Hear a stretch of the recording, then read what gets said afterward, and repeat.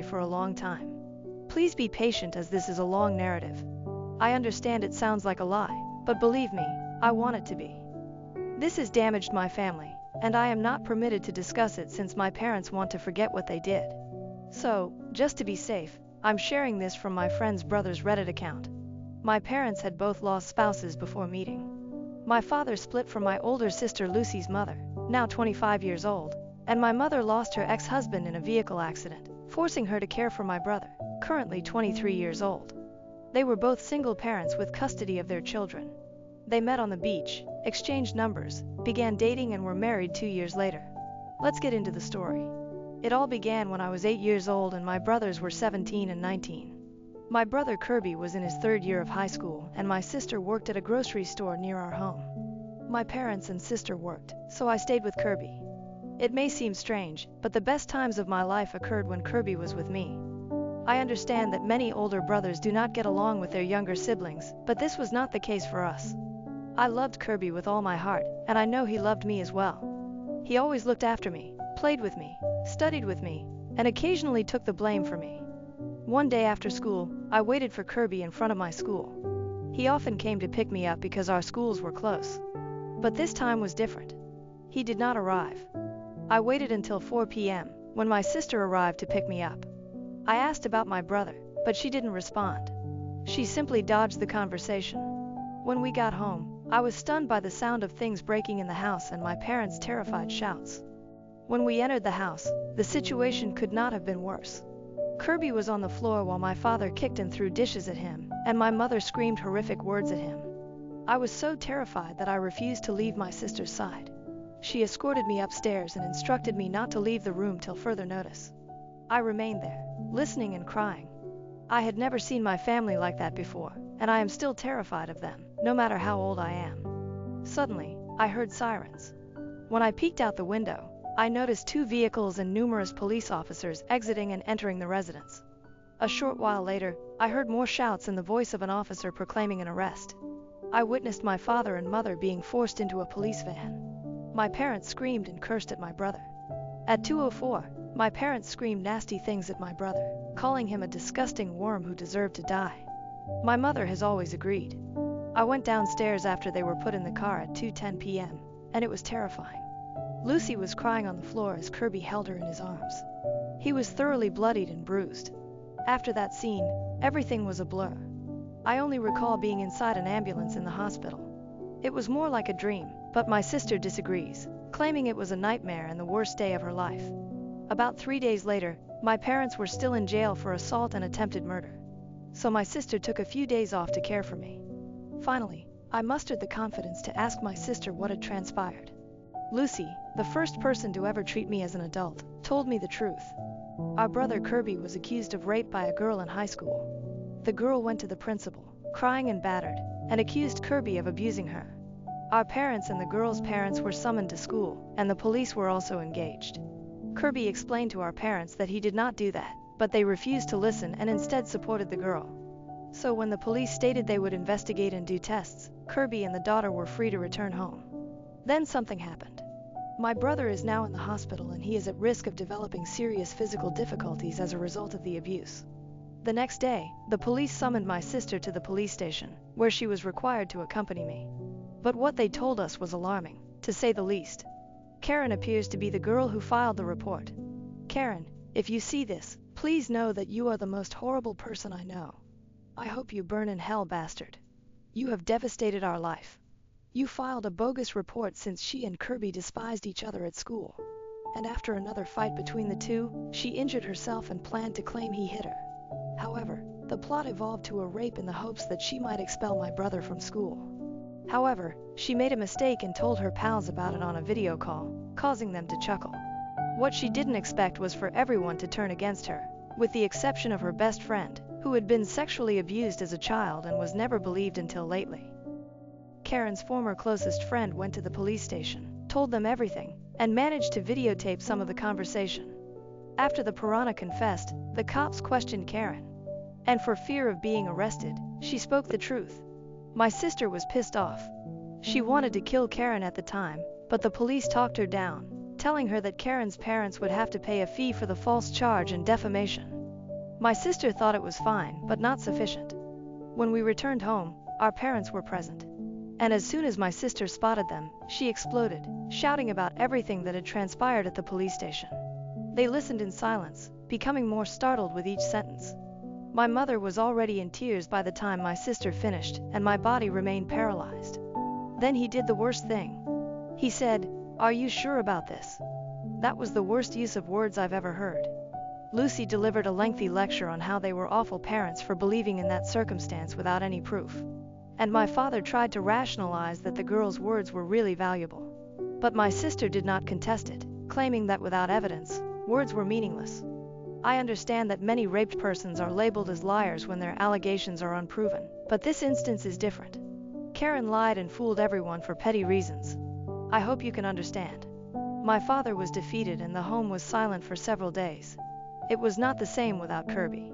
He was the soul of the house. He was kind and friendly to practically everyone. He always provided us joy. I still don't understand how my folks were so easily seduced by Karen. I despise them for that, and I will never forgive them for their actions. Kirby awoke after a long time, only to find himself in horrible health.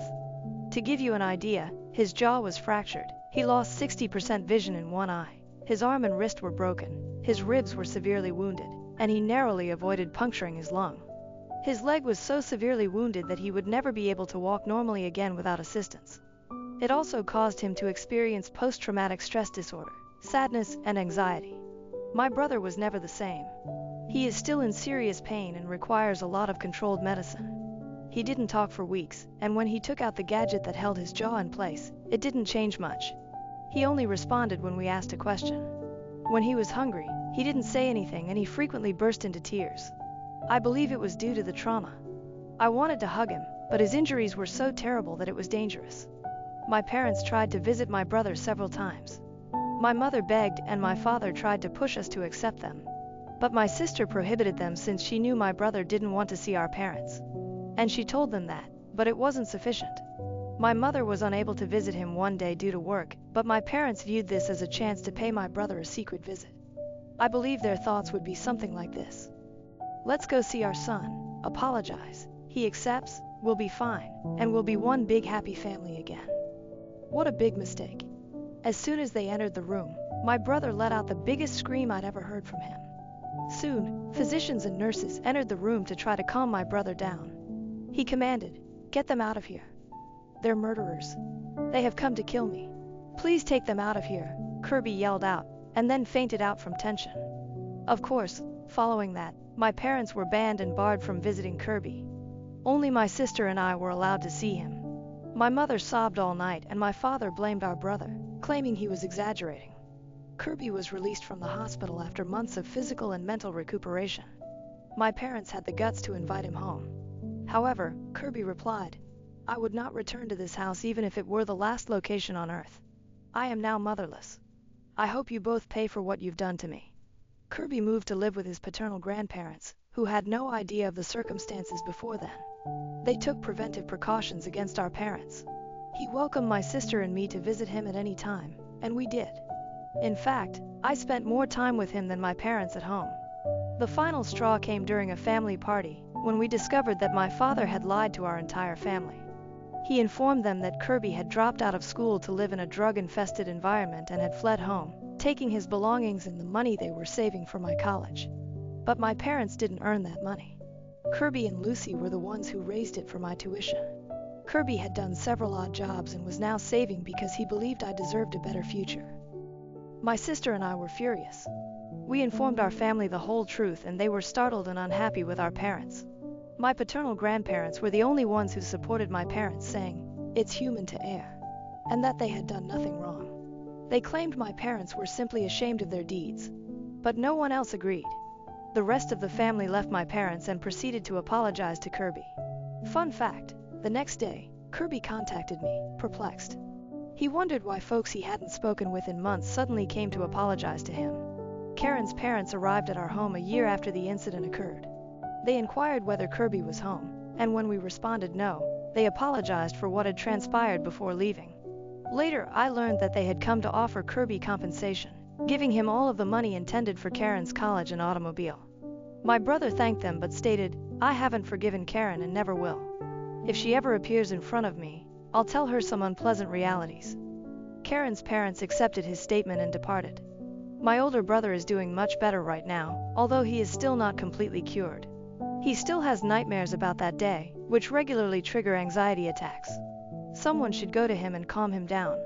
I want to be there for him, help him, and get away from the toxic world we live in. That is why I have opted to move in with Kirby initially. I spoke with my brother.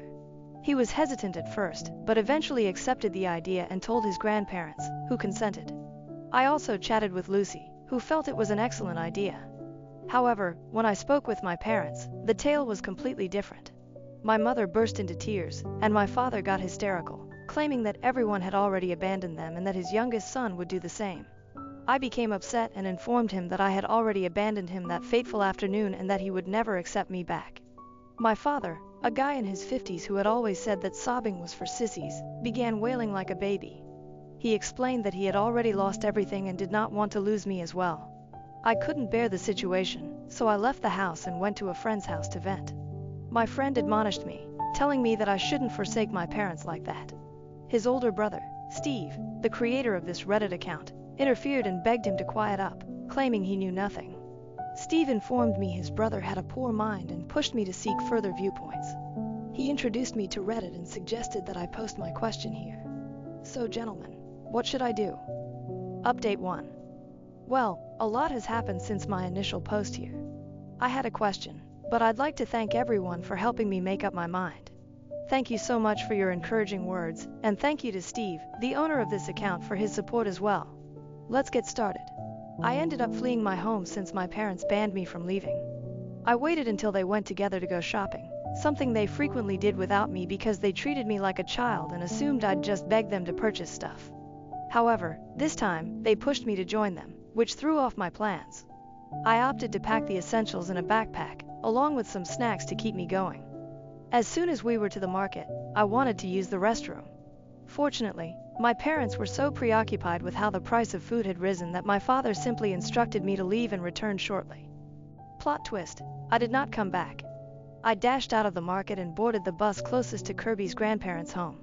When I arrived, Kirby's grandma welcomed me and encouraged me to relax while I waited for Kirby and his grandfather to return home. When they arrived, I informed them what had transpired, including what I had posted on Reddit. My brother's reaction was not what I was expecting. He stated it was highly irresponsible of me to flee, that it was risky, and that something terrible could have happened. It may sound strange, but I enjoy it when he scolds me.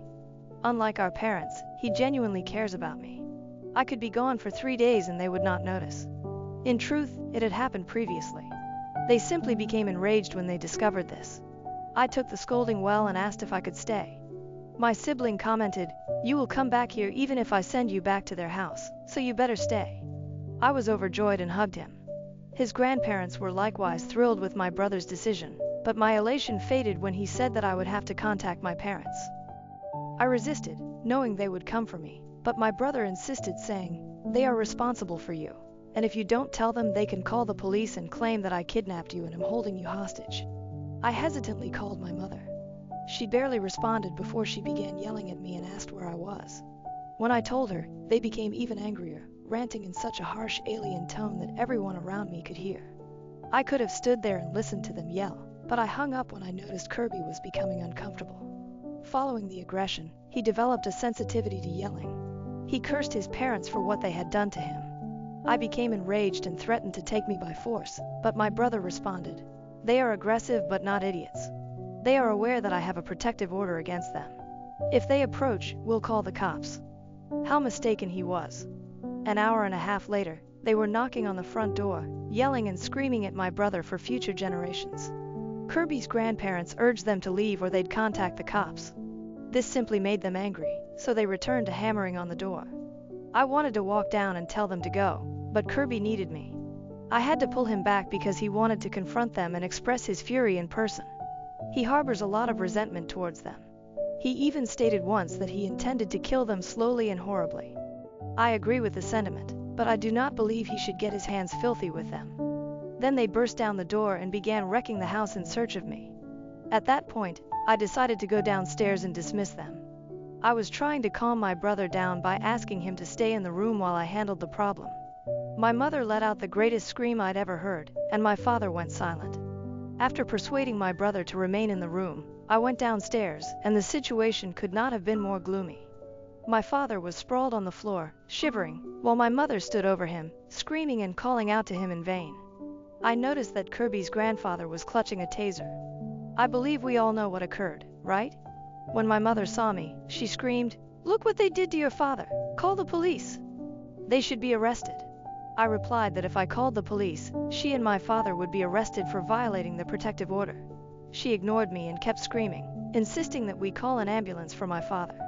We disregarded her, suggesting that once my father healed, they should leave and never return.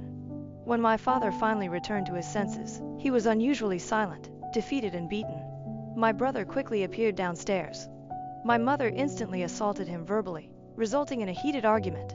She began blaming him for everything, claiming he was the reason all of our family had abandoned her and that her children had turned their backs on her.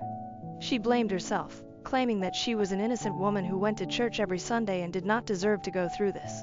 I'm not sure what she meant by it. Nobody would feel sorry for her simply because of that. Kirby remained mute throughout her screaming crises, but she eventually crossed the line. She stated that he was meant to apologize to them for destroying their lives and inform everyone in the family that he had forgiven them. That was the limit. Kirby, furious, slapped her so hard that she tumbled on the ground. My mother began screaming again, but Kirby told her to stop or he would crush her teeth with the base of the cane. He screamed, letting out everything he'd been holding in for years, how unhappy they were, how they dug their own graves, and how they didn't deserve anyone around them. He further stated that when they died, he would make a point of peeing on their coffins. My mother became enraged and attempted to punch Kirby, but I shoved her against the wall. She began ranting at me as well, claiming I would go to hell for abandoning her and referring to me as a dirty lesbian who would also go to hell. For perspective, I am bisexual, and I made the mistake of informing my parents. Surprisingly, my father was fine with it, but my mother was furious, claiming I was destined and even forbidding me to be bisexual. She introduced me to her church friends' daughters, which made them uneasy. The strange thing is, when I told my brother, he just remarked, "So, you give me a nephew? Let's stay cool." My brother then began demanding them to leave and pay for the damage they had done to the house, or we would file a complaint. My mother laughed, stating that I wouldn't have the bravery to report my own mother. I replied, "What I have most is courage, and I would have the satisfaction of seeing you arrested again." She made excuses, claiming we didn't have proof, but my brother shut her down, pointing out that we had fingerprints, video evidence, and even footage from security cameras. It took her a long time to accept defeat, but they eventually left. But my brother wanted to add one more jab. As my mother entered the car, Kirby exclaimed, "Hey, I wish you could have died in my father's place." In response, she flashed him the middle finger and screamed as she climbed into the car, making my brother laugh, a triumph laugh, as if he had just won a long round of his favorite video game. Soon later, our sister called to say our mother had informed her she had been assaulted by Kirby and needed to bring me home to fix me. My sister, on the other hand, expressed her pride in me for standing up to them and joked that Kirby should have broken the cane over their heads. Now I'm living with my brother, as I've always desired, and it's been amazing. He's determined to acquire custody of me and has threatened our parents to give it to him in any manner. My mother is resolute, stating that she will not leave me with an abuser. She presumably thinks I am bisexual because my brother molested me. How crazy is that? I believe it is only a matter of waiting for her to succumb. For the time being, everything appears to be proceeding as planned. I had a passionate talk with my brother before he fell asleep. He was thinking about what life might be like if his father was still living. I informed him that his life could have been a little better. But he said, maybe not. If he hadn't died, I might not have experienced the aggression, but I wouldn't have my two angels in my life. Then he kissed my forehead. I must confess, that was very lovely. I hugged him. I adore him, and I am confident that we will always defend each other. Thank you to everyone who has supported me. I hope nobody has to go through what we did. For those who feel our narrative is untrue, I wish it were. I wanted us to be a good family that accepts and protects one another regardless of the circumstances. However, this can only occur in my dreams. See you folks, maybe I'll update with the outcome of the procedure, so see you then. Update 2. Hello everyone, thank you very much for your support. Believe me, I am fine, and my brother is better. but fine is insufficient for him. He wants my custody at any means and is pursuing my parents with everything he has. Well, I wouldn't be here just to say we're fine, so let's get to the point. We were enjoying a peaceful afternoon when there was a knock on the door, which had already been repaired by a friend of Kirby's grandfather. I went to answer it, but was astonished to see my father present. I immediately sent him away, but he said that he simply wanted to communicate and didn't want to make a fuss. I told him to **** off and that we would only communicate in court. However, my father insisted and Kirby's grandparents threatened to contact the police. To our amazement, Kirby said to let him in. We questioned him, but Kirby simply stated that my father was a pushy moron who would not go easily, so it was best to allow him in and get it over with. So we let him in, but we were prepared in case he became aggressive. Kirby sat at the kitchen table and we all remained in the kitchen for protection. Kirby's grandmother was recording the conversation to provide additional evidence that my father was violating the provisional measure. The conversation went as follows. Kirby responded, "Very brave of you to come back here after all you've done. My dad. I'm sorry, I swear I'll pay for all the damage." Kirby. Pay? Of course you believe you can solve anything with money, correct? But I am not talking about tangible stuff, which are replaceable. What you accomplished for me was priceless.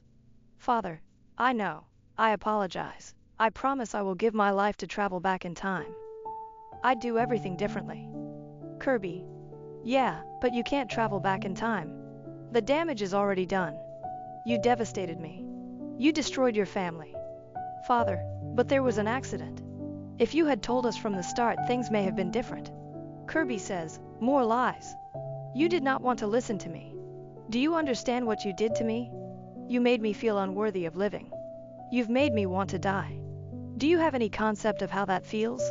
No, because you are the aggressor, and the aggressor will never feel the victim's terror. Son of a B**********. Kirby began to cry at that point, but it was a cry of wrath and bitterness that he had suppressed for many years. My father continued to apologize in vain, but my brother claimed that his sole motivation was to feel better about himself, not to sincerely regret what he had done. However, my father continued to apologize, to the point where my brother issued his ultimatum, despite the fact that he was on the verge of another anxiety attack. Kirby asks, "Do you want forgiveness? Here's what we plan to do. You are going to grant me custody of my brother. You'll pay his child support, and you'll never try to get close to me, him, or anybody else again. Or else I will make your days a miserable hell." My father agreed immediately. I'll tell you, I don't feel sorry for him, but I've never seen him so defeated as he was at that point. I believe the shock of his deeds finally hit him hard, but I feel no sympathy for him. He deserves it. He deserves to feel the pain he has caused our family. He left shortly after, stating he was going to try to persuade my mother to relinquish custody of me. He too appealed for forgiveness, but I simply ignored him. My brother burst into tears the moment he went out the door. I believe his courage had gone at that point. He began crying and collapsed to his knees on the floor, hyperventilating and sweating cold. We escorted him into his room so he could lie down. We offered him anxiety medication, but it didn't seem to help. I contacted my sister and explained all that had transpired. She arrived instantly, and we all remained in the room, attempting to calm him down. My sister repeatedly told my brother that he was one of the bravest persons she knew. Despite his anxiety, he was brave enough to remain in the same room with our father, his abuser, and, as he called it, his murderer. After several hours, my brother finally calmed down and fell asleep. Lucy and I slept in his room just in case he had nightmares afterwards. But of course, nothing can end like that. My mother called us many hours later, inquiring what that demon Kirby had done to her husband. She accused my brother of having captivated her sweet hubby, and claimed he now wanted to give everything to Kirby. My sister simply ordered her to **** off, noting that at least one of them had come to their senses. So I hope everything works out and my mother finally comes to her senses and does the right thing. Thank you so much for everyone's support, especially Steve, who owns this account and has always been there for me since I first told my tale. While I'm gone, I'll give updates if anything changes. See you later. If you're asking why I use phony identities, it's to preserve my brother's privacy. I do not want their life to be invaded. Update 3. Hello everyone, it's been a while. You deserve the most recent update and I can say I'm overjoyed that it's finally finished. It's truly over. I'm free of that place and those people. In my last report, I said that my mother did not want to give up custody of me. My father threatened her in every way imaginable, but she did not care. She stated that she would never abandon me and would go to any length to reclaim my trust. So since she wouldn't give in, we turned to psychological pressure. We told everyone in our family what had transpired and how my brother wanted custody of me. The relatives knew, and they attacked my mother directly, claiming that it was the least she and my father could do to make amends for the past. However, my mother barred all of our relatives, claiming that my brother had charmed them. Typical. A week after I moved in with Kirby, she called. Karen stated, "I'll give you two options. You're going to come home without complaining and we'll forget all this, or you're going to stay there and suffer the consequences." I refused to succumb to her demands.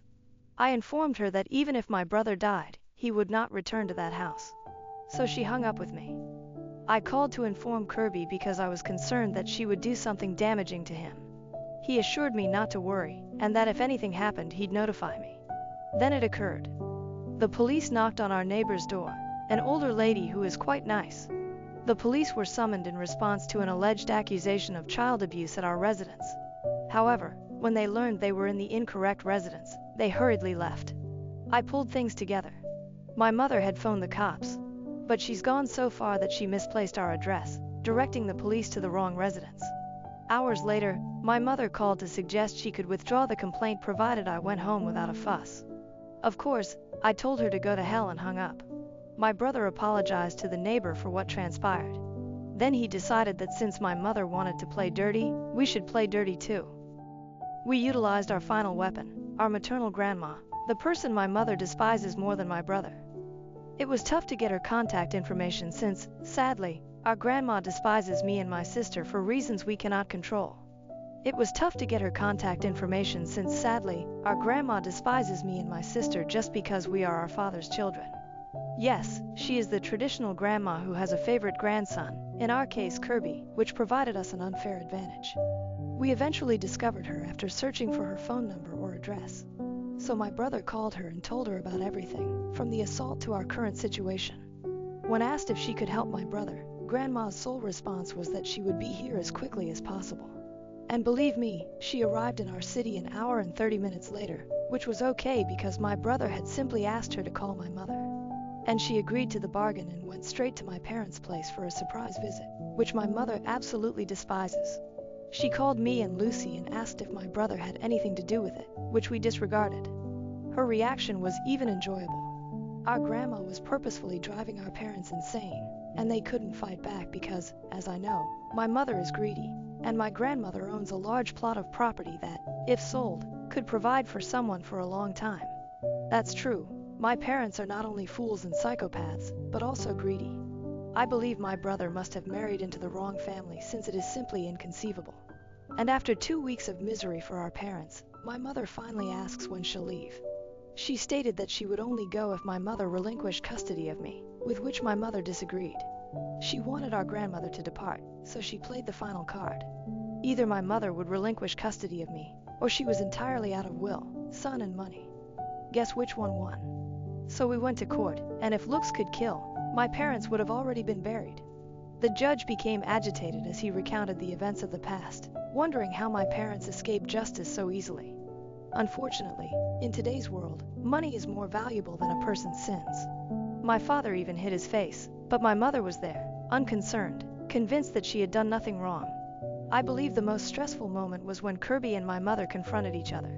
Believe me, if you were there and seen the stares they gave each other, it was scary. I sometimes forget that these two once lived together. My mother may appear regular and friendly, but she is deceptive and manipulative. If you do or say something she disagrees with, you are perceived as a threat and heavily reprimanded for it. My brother, on the other hand, is so open-minded that it nearly scares me. He can make friends with just about anyone. If you see a young man with a cane and smiling and waving, it's probably my brother. So why can't I grasp how these two contradicting beings share the same body? Returning to the process, it was both complicated and speedy. After all, my parents were unwilling to fight for me, so our lawyer reached an agreement in which I would live with my brother and my parents would be required to pay a very significant alimony. My mother questioned why they had to pay child support since I was now my brother's responsibility, but my father and grandmother advised her to shut up and accept the deal. We eventually obtained it after a long and stressful process. Now I can live with my brother and they will have no control over me. I erased my parents' contact information exactly 30 minutes after receiving the results. I don't need it anymore. They will now become a part of the past that I would like to forget. But wait, there's more. Our granny had an epiphany before she went. My mother had never been mentioned in the will. Our grandmother took her away soon after she married my father. It was even funnier. She essentially swapped it for something she'll never have. My brother is the only person mentioned in her will, which is fantastic in my opinion. Our brother Kirby got all he wanted and deserved. I'm not sure if I call it divine justice or whatever, but he deserved it, and we couldn't be happier about it. I'd like to thank everyone on Reddit and the owner of this account. I'm glad you helped and guided me during this difficult time in my life. And now there's a happy ending. Even more personally, I hope I won't have to return here until absolutely necessary. My ex-girlfriend opened up 2 credit cards in my name after we broke up. She ran up about $7,500 in debt, and her current boyfriend is now threatening me. Original post. My ex and I broke up a little more than a year ago. We lived together for a couple of years and I know she would have had access to my financial information. When we broke up, I moved out of the house we were renting and I thought I had everything of mine. Back in February when I was doing my taxes, I realized I could not find my folder with my previous year's tax returns anywhere. I assumed it got lost in the move and didn't think anything else of it. Last Friday, I got served for a lawsuit to the tune of over $5,000 for a defaulted credit card. When I went and actually pulled my credit, I saw that card had been defaulted since May and there was another one which had been closed since June for about $2,500. Seeing as I had no knowledge about this, I immediately disputed both of the accounts on all 3 bureaus' websites. I was able to talk with someone for one of the cards and they said it was opened in January, well after I had moved out of my old house, and the cards were sent there. I received the statements from the one card and it was probably 80% Nordstrom Macy's, 2 of the stores my ex loved shopping at. Pretty sure she was the one who opened the accounts, probably used my social security number from the old tax returns. I called my ex about it and she denied everything, even when I told her that eventually, if she had anything shipped to the house using a stolen credit card, she's going to get found out. She flipped and started screaming at me saying I can't seriously accuse her of anything and to never talk to her again. About 20 minutes later I get a call from a blocked number. It was her boyfriend threatening to make my life a living hell unless I stopped harassing her by claiming she stole my identity. He hung up but I was shaken up about it. I can see he's got some serious felonies just by looking at the public records on the county website. I'm kind of stuck here. I'm opening myself up to retaliation if I go forward with anything from someone who has charges of aggravated arson and aggravated discharge of a firearm, in addition to a few battery charges. I can't just not do anything though. Any advice would be greatly appreciated. Relevant comments. Commenter. Copying this for every identity theft situation I see on here, since it seems to happen a lot, where you know who the person is who stole your identity. This is all information you can find in this sub and others. 1. Call the police. You're the victim of identity theft, plain and simple. It doesn't matter who did it or what your relationship is to them. They broke the law, now they have to face the consequences of their actions. 2. Freeze your credit. You want to make sure it doesn't happen again. Take the proactive route of freezing your credit. 3. Monitor and track your credit. You need to be alerted if anyone tries opening a line of credit in your name. This gives you a way to do it for free and it shows your credit score. 4. Warn anyone else who might be a victim. This includes family members or anyone else whose social security number might be compromised by the thief. 5. Take the police report to the credit bureaus. Give them the report number when you dispute all of the accounts.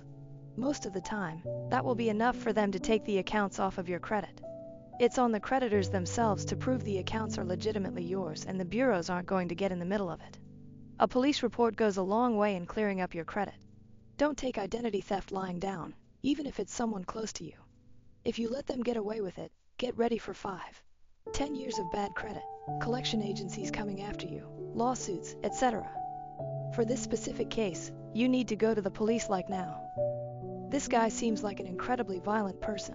I would get a restraining order as soon as possible. Does he know where you live? I also would not contact your ex at all about anything else. Let it all go through the court system. OOP. I plan on calling the police. I was just kind of freaked out about the whole situation. How do I get the police report to the credit companies? Commenter 2. File a police report for the fraud. Contact the lenders and provide the police report number and jurisdiction.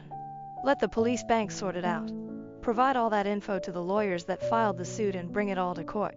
Do not skip a court date. Update. I followed the advice in the comments and went to the police. Quick and painless process. I was in and out in maybe 30 minutes with a report number. I never received another call from my ex or her BF. I gave the report number to the credit card companies and the credit bureaus. I was told I didn't have to do anything else at that point but to show up to the court date for the lawsuit. I learned through a mutual friend today that my ex was arrested this morning. Apparently the county put out a warrant for her last week, pulled her over on the way to work. It looks like she was charged and released pretty quickly. Also, I learned my ex and the BF who threatened me are no longer together. I don't think I have to worry about him anymore. The court date for the lawsuit is later this month, but everything has already fallen off my report. My score has gone up probably 200 points. I'm still going to the court date just to make sure everything is good, but it's looking like all good news from here on out. Relevant comments. Commenter 1. That's awesome news. Your story will also serve as inspiration for others to pursue justice when they've been wronged. Commenter 2. Make sure you put a freeze on your SSN with all 3 credit bureaus, if you haven't done so already. My church banned our young worship leader for condemning Christian nationalism during a service. Other band members want to walk out. Original post. My church's youth group has a youth band that leads worship during youth, but the church also has them lead worship on Sunday mornings every few weeks to promote the youth band when the usual worship team has a week off. I'm not in the band, but I often help with lyric PowerPoints along with another girl, but not when the band plays on Sundays. The main singer of the youth band is the daughter of a youth assistant, and the daughter is an assistant too. We'll call her Emma, she's 20. I'm writing because of what happened the last time the youth band led Sunday worship on 6/30. That led to Emma and her family leaving the church. In between one of the songs, Emma said she felt led to say that Christian nationalism wasn't of God, because forcing people to believe went against the basis of Christianity because God gave free will and too many Christians forgot that. She also said there would be no short and narrow path if people were forced to walk it, before saying Project 2025 was advertised as Christian but resembled nothing of God, because God never forced people to believe in Him. No one confronted her or anything, as it was brief, and they played a few more songs along with the closing song after the pastor finished his sermon. But when we got to youth on Friday night, Emma and her mother weren't there. And we were later informed, by the youth pastor, that Emma and her mom would no longer be helping the youth before a bunch of stuff about giving others the chance to be lead singers because Emma had left the church. However, word got out from one of the band's players that Emma told the band that she got banned during the week and that her parents left the church with her, so they already knew before we found out at youth. The reason I'm making this post is because of a conversation I had with the band and other PowerPoint girl. The same Friday the youth pastor announced it, and the conversation was private from the rest of the kids. Long story short, the band is upset about what happened to Emma, and they've been throwing around ideas on what to do. The one they're heavily considering is a walkout the next time they're scheduled to play on Sunday after playing the intro song. Service opens with an intro song before someone comes on stage to welcome everyone before worship continues, and they would voice support for Emma before walking out together. They haven't told anyone not associated with the band because they don't want anyone to spill the deets. But the main thing we're debating is repercussions from our parents and whether or not it's worth the risk. There's likely a few weeks until the band plays on Sunday again, and they still haven't decided on a new lead singer yet. I also want to add that the church didn't upload the worship portion of the service with Emma and only uploaded the sermon from that day. They always include worship on their YouTube upload of the service. Most of the concerns were around tuition punishments, as some of them have their parents helping pay, but they still want to do something. And while I'm not in the band technically, aside from coordinating PowerPoint lyrics occasionally, I figured the least I could do was get advice from other adults anonymously, because we don't want to ask our parents for obvious reasons, and maybe others could see more pros and cons that we can. I appreciate any advice that anyone gives and will relay it to the band too. Thanks to anyone who read this too. Edit. I forgot to add this detail in my post, but the pastor of our church has used the pulpit to speak politics in the past and has even mentioned support of a presidential candidate on numerous occasions, along with other political topics on occasion too, Roe v. Wade and gay rights. So while I agree that politics probably shouldn't be spoken in church, Some of the band said that Emma was tired of the often political topics being brought up during sermons, thus why she said what she said. First update. I want to thank to everyone who commented on my original post because it was way more than I expected, and many of you had really helpful advice. This is a small update with some really surprising things that happened since. First, the band is still going through with the walkout, and they're keeping it within the band so that no other kids tell their parents who might tell leaders. It would have been awesome to include others, but the risk of the church catching wind was too great. Second, we have a date of 8 quarters when the youth band will do worship for the adults again. Third, the youth pastor appointed a singer from within the group who will take turns singing on Sundays with future participants in the coming weeks. Fourth, the new singer agreed that the church's handling of Emma was BS. Fifth and most exciting, 2 of the band members told non-religious relatives about the situation and fear of punishment, and they agreed to come to the service and let them head to their cars in the parking lot straight from the walkout, for safety. They won't leave the lot in case some parents try to claim kidnapping, but will be in their cars if all goes well, and the rest of us are going to ask our relatives too. Sixth, one of the band members told a teacher they knew from school who's thinking about coming and walking out too. And seventh, one of the band members wrote a little something that the lead singer will read before they walk off stage, and it would be great if anyone with editing experience could help to make it clearer or provide advice on what to add. They tried to keep it short. I will make a post about their write-up in the near future. Here's how we hope it happens. The band will play the opening song, which officially starts service, and usually lets people know it's starting. Many make their way from the foyer during the intro song. And after someone gives the welcome prayer after the opening song, the lead singer will then give the speech before the band walks off stage, and I will walk out with them from the pews along with relatives' friends. One relative said she might bring some people she knows too, which could make more of a statement to the church to see adults leaving too. One of the relatives will also record the whole thing in case any parents don't react well to it, and I will update after it happens. If anyone has any further advice, it would be appreciated, and I'll bring it to the band.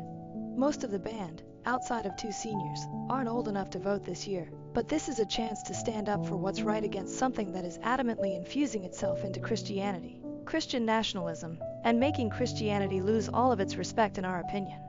We don't expect change to happen in the church as a result of our walkout, but it's a small thing we can do to say we did our part when faced with it ourselves. Another commenter put it best when she asked if we'd be able to live with ourselves if we did nothing, and the answer has been no for us so far. I also want to add something I forgot to clarify in my first post. Emma didn't say what she did out of the blue. She had been vocal about the pastor talking politics for some time according to the band, and I've seen much of it too. However, a lot of people sent DMs disagreeing with the band's decision. So before I get into it, I want to give specifics of what the pastor has done. The pastor mentioned Trump from the pulpit numerous times, including the aftermath of the 2020 election, to voice discontent over the results.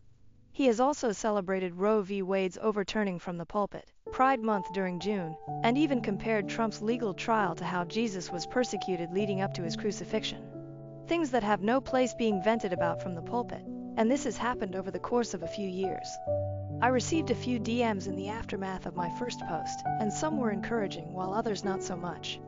A few people, who said they were Christians, said that Emma was wrong to use the microphone to hijack the service with her words because she should have talked to the pastor first while calling her actions immature. However, when I showed the band the advice from my posts, I also told them about the DMs, and they said that Emma spoke to a leader about the pastor's political sermons in the past. But nothing came from it as he continued to speak politics from the pulpit frequently. Some people also said that our walkout wasn't godly, because we, like Emma, would be hijacking the service for a publicity stunt when church was supposed to be about God. Some people called us immature, among harsher things. But we disagree for 2 reasons. First, who is supposed to call out the misuse of the pulpit if not people who attend the same church where it's misused? A few DMs said to do nothing and pray for God to change the pastor's heart, but he's been doing this for years. And second, the Bible gives guidance on how to call out improper behavior in the church in Matthew 18:15, 17. Dealing with sin in the church. 15. If your brother or sister sins, go and point out their fault, just between the 2 of you. If they listen to you, you have won them over. 16. But if they will not listen, take 1 or 2 others along, so that every matter may be established by the testimony of 2 or 3 witnesses. 17. If they still refuse to listen, tell it to the church. And if they refuse to listen even to the church, treat them as you would a pagan or a tax collector. Emma has already talked to a leader one-on-one, and the band has voiced displeasure about Emma's ban to the youth pastor, only for him to disagree and say that Emma was out of line. Regarding the part about tell it to the church, I suppose the how might be up to interpretation. Maybe telling the church means telling a church leader instead of the congregation on stage. But Emma and the band have talked to various leaders, including an elder too, aside of our youth leader, only for years of political rants from the pulpit to continue. When Jesus flipped tables in Matthew 21:12, we believe he did it because people were using the temple to sell things that had nothing to do with God, and we believe that politics falls into the same boat. Someone commented a link in the comments of my first post that I never saw. But I showed the band and we couldn't agree with it more. I still plan to speak with my parents ahead of 8/4, and I'll share the write-up the band is working on really soon. I really appreciate everyone who commented too. Lastly, I want to clarify that the walkout is the band's decision entirely. I am not a member of the band, I just do PowerPoint lyrics during youth, and I'm not even in the band's group chat with Emma. As some of the band members are contemplating punishments from parents, 2 seniors who are concerned with their parents removing tuition help, I will support whatever they decide while understanding that they have to take care of their future too, as many commented. If they decide to continue with the walkout, I will support them and walk out from the pews. But if they change their mind because repercussions are too great, I will respect that and continue to support them. Second update. I meant to get back to this sooner, but some things happened on and after 8/4. Since my previous post, the band decided not go through with the walkout, and Emma was a big reason why. The band told me that Emma spoke to them a few days before 8/4 after she spoke to another bandmate who voiced concern. The girl who spoke to Emma was 15 and confided in her about physical abuse fears from her parents, and Emma spoke to the band on behalf of those fears. Emma also referenced some of the fears that the senior bandmates had about losing tuition support and told them that it wasn't worth risking their futures. Emma, unlike the band, had a full-time job to support herself, but some of the band was still tied to their parents for years. She pretty much told them to go with their gut if they had fears about repercussions from their parents, as the 15-year-old girl had. And the senior who feared losing tuition said that his parents threatened him with it in the past about something else, which is why he thought of it. I wasn't present when the band spoke to Emma because I'm not a member of the band. I only do PowerPoint lyrics and they tell me what songs before youth group. But they told me and the other PowerPoint girl afterward. So instead of playing on 8/4, the band collectively and privately resigned to the youth pastor at youth group the Friday before 8/4, and none of them played on 8/4. They also told their parents that they would before doing so, and a few of the bandmates said they were never forced to join the youth band by their parents. They simply volunteered. But that didn't mean they weren't going to say anything about Emma's treatment. They just wanted to in a safer environment that wouldn't risk embarrassing their parents in front of the congregation, which could cost them privileges. Instead, they decided to share their write-up with Emma, who was planning on posting her own explanation of her ban from the church. Emma posted her explanation along with the band's write-up to her socials on 8/4 regarding why the band collectively resigned, and a few bandmates decided to repost it on their socials. Emma also tagged the church's social in her post and believed that the walkout would do more harm to the band than good, so the social media route was a slightly better alternative.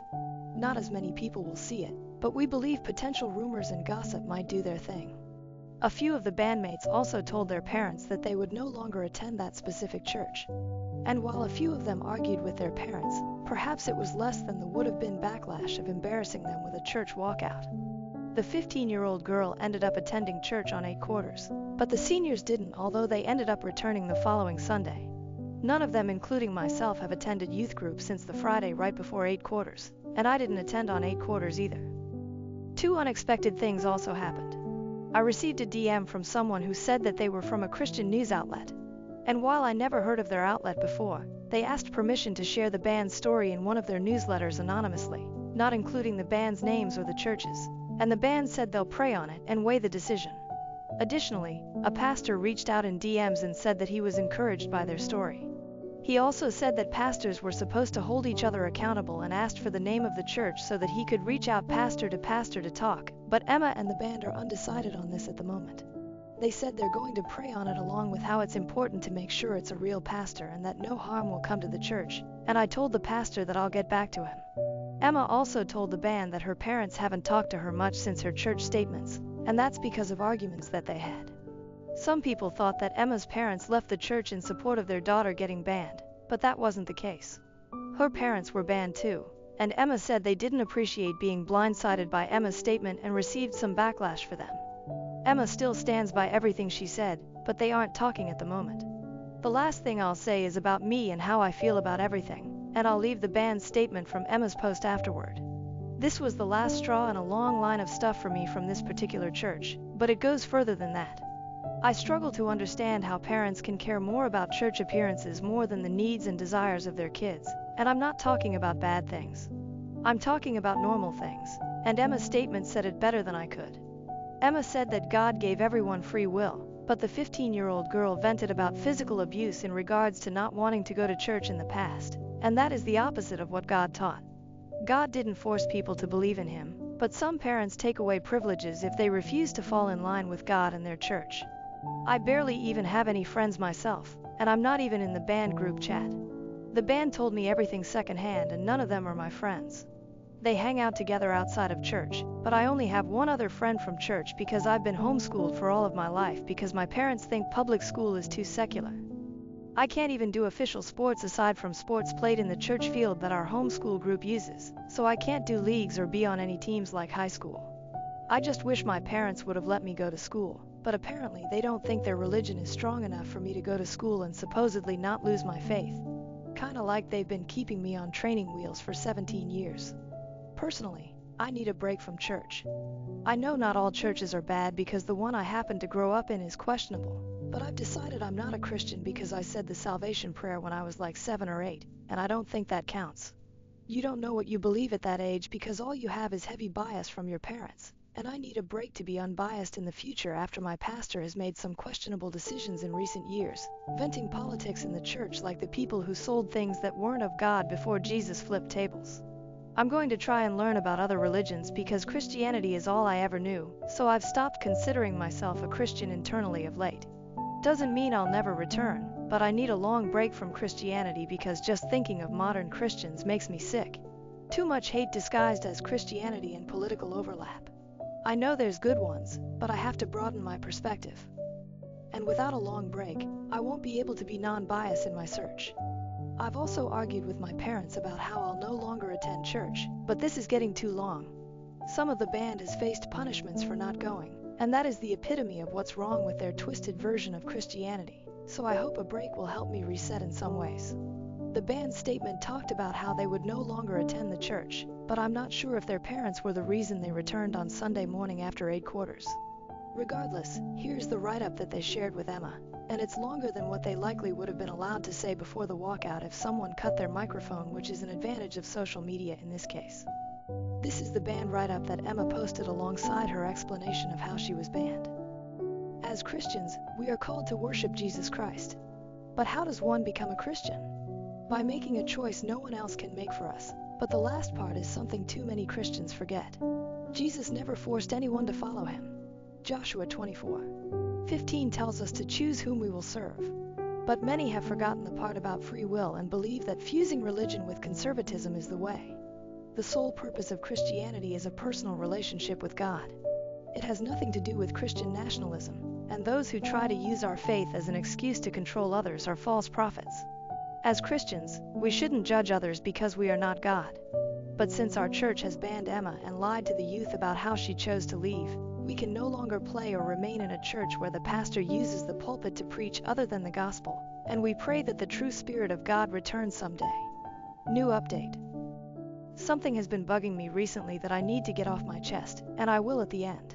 I have not attended church in a few weeks, and I hope I never do again. My parents aren't thrilled, and we've talked about it.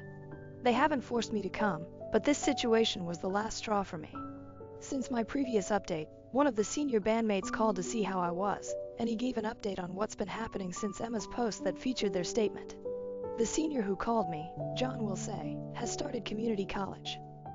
The other senior whose parents threatened to withdraw tuition has not. That senior was punished for quitting the band. The senior who called me was not. The 15-year-old girl who replaced Emma as the lead singer was forced to return to church by her parents along with another boy who was in the band too. Emma remained in contact with the band after the post, and he briefed me on what's been happening with her. Emma encouraged the two seniors to find a new church. The senior who was punished said he wasn't interested and only attended church because his parents forced him for much of his life.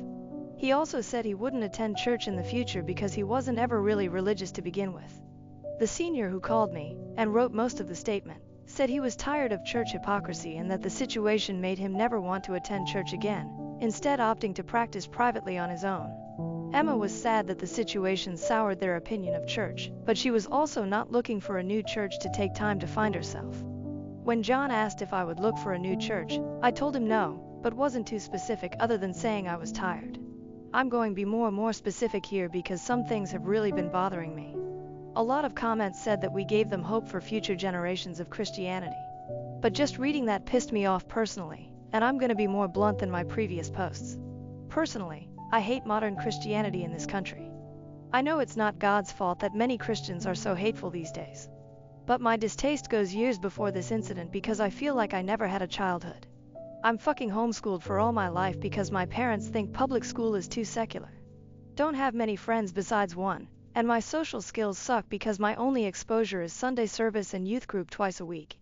They police what I wear because of purity, and they didn't even let me do sports or anything fun that kids do growing up. But more than that, I'm scared with no one to talk to. My parents based my entire life on a religion that has no proof of its existence whatsoever.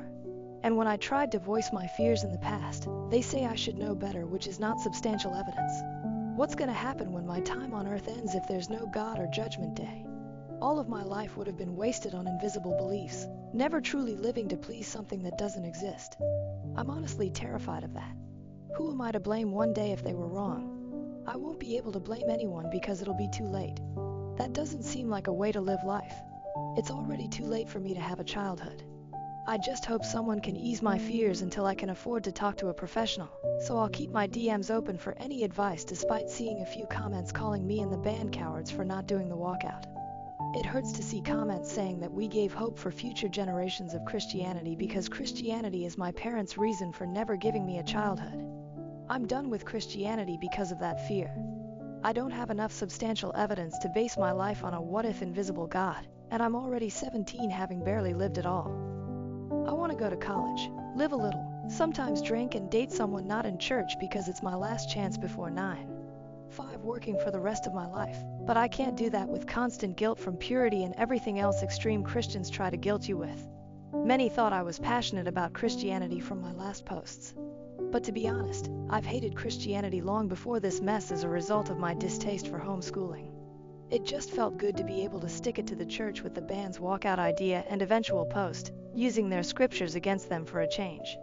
But by no means am I passionate about Christianity when so many people use it to control lives like mine through homeschooling, and I hate that I know so much of the Bible too. And when you add how hateful and politically infused it has become in recent years, I want nothing to do with it because I don't want to be associated with it. Am I the asshole for returning to my career to escape the overwhelming responsibility of caring for my husband's autistic niece? My husband, 30M, became the legal guardian to his sister's daughter, 17F, 2 months ago. She lost her single mom last year. My in-laws took her in, but they were too old. That was when my husband became her legal guardian despite my concerns. He told me that he would take care of her completely. We got married a year ago after 15 years of dating. I had a very successful career in a very physically and mentally demanding field. I had to travel a lot. We wanted to start a family and I agreed to be a stay-at-home mom. I quit my job a few months into the marriage when I got pregnant. Sadly, I had a miscarriage. Then his sister died and everything is on hold. In the meantime, I took a part-time job in a related field which allows remote work so that I am not bored out of my mind. My SIL was a nurse. She quit her job to take care of her daughter full-time. Her daughter has a variety of issues including nonverbal autism, a series of development disorders like dyslexia and severe sensory issues. My husband says that he does most of the work, but he doesn't. Since I am working from home part-time, most of the caretaking falls to me. She gets angry and has meltdowns all the time. She doesn't like the food I make and most of the time she ends up throwing food at the floor or at me. I am at my wit's end and it is just so emotionally exhausting. Around December 15th, my husband was working late and asked me to take care of dinner. She is very picky about food. The slightest change in texture or taste from what she is used to can cause a meltdown. She threw the plate at my feet and I ended up bleeding. At that point, I called my husband and asked him to be home ASAP. He said he wouldn't be able to. I went up to my room and told him I'm not dealing with this anymore. He came hours later and she was still crying.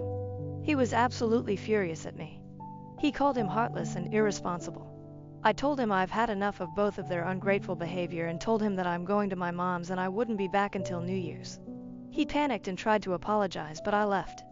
He called me every day asking me to come back. I finally came back and he told me that my stunt had forced him to all available leaves to stay home with her. He told me that he was glad I was back. I told him that I contacted my former company and got my old job back and it starts next Monday. It is in office and requires a lot of travel. He asked me who was supposed to stay at home as she cannot be left alone. He has no more leaves and full-time caretakers are too expensive. I told him he promised to take care of everything when he became her guardian and that it was his problem. As you can guess, my family supports me and his family thinks I am being extremely selfish. So I'm asking for judgment from impartial strangers.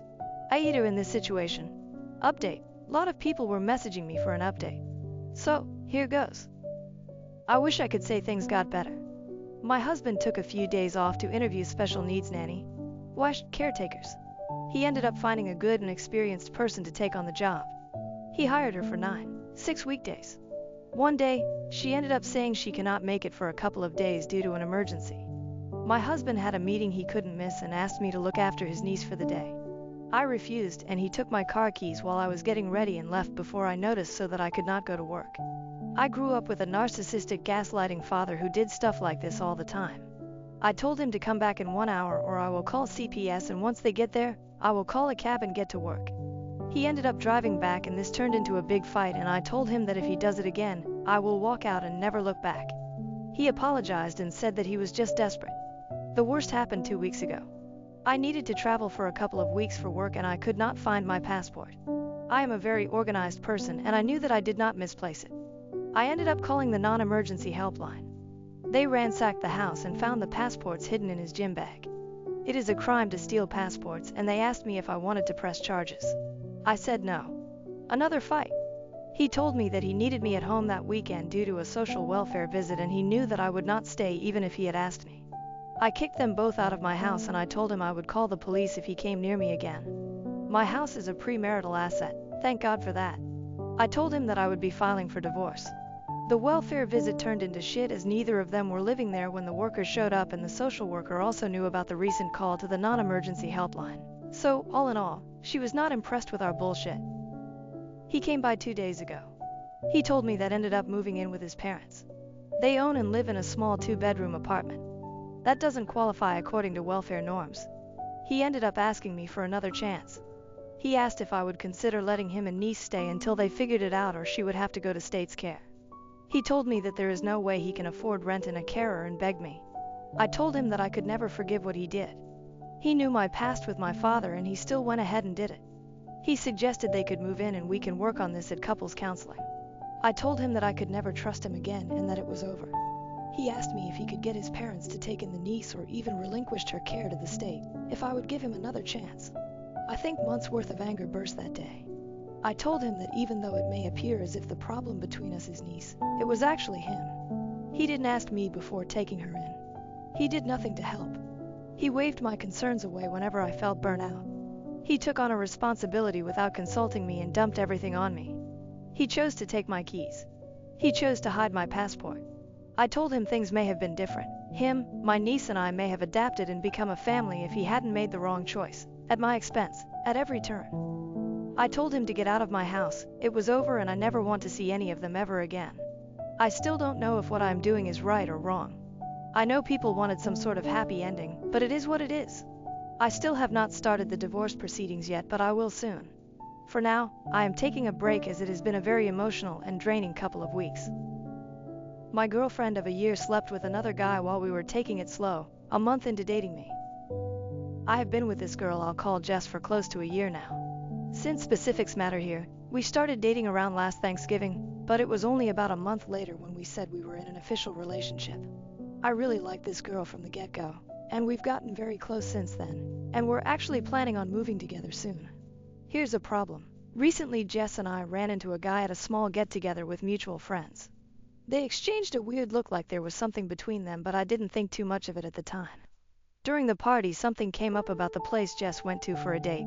The time was clear since it was a Christmas market in my town, and again I thought something was off about the guy. Well, later that night I actually got a text from him. He got my number from one of the mutual friends, but said, "Hey, I don't know you, but I thought you should know that Jess and I hooked up right after Christmas." I confronted Jess about this, and I could tell she tensed up right away. She got this sad look on her face, but confessed right away. She said she had met this guy on Tinder and hooked up a couple of times but stopped any contact before we became official. She said she wasn't sure we would get into a relationship at that time, but she still felt bad that I found out this way. She said she considered telling me but was afraid it would ruin things between us. I told her I needed some time to think and proceeded to get drunk that night and ignored her texts. The thing is, I feel very betrayed and I'm really considering ending things.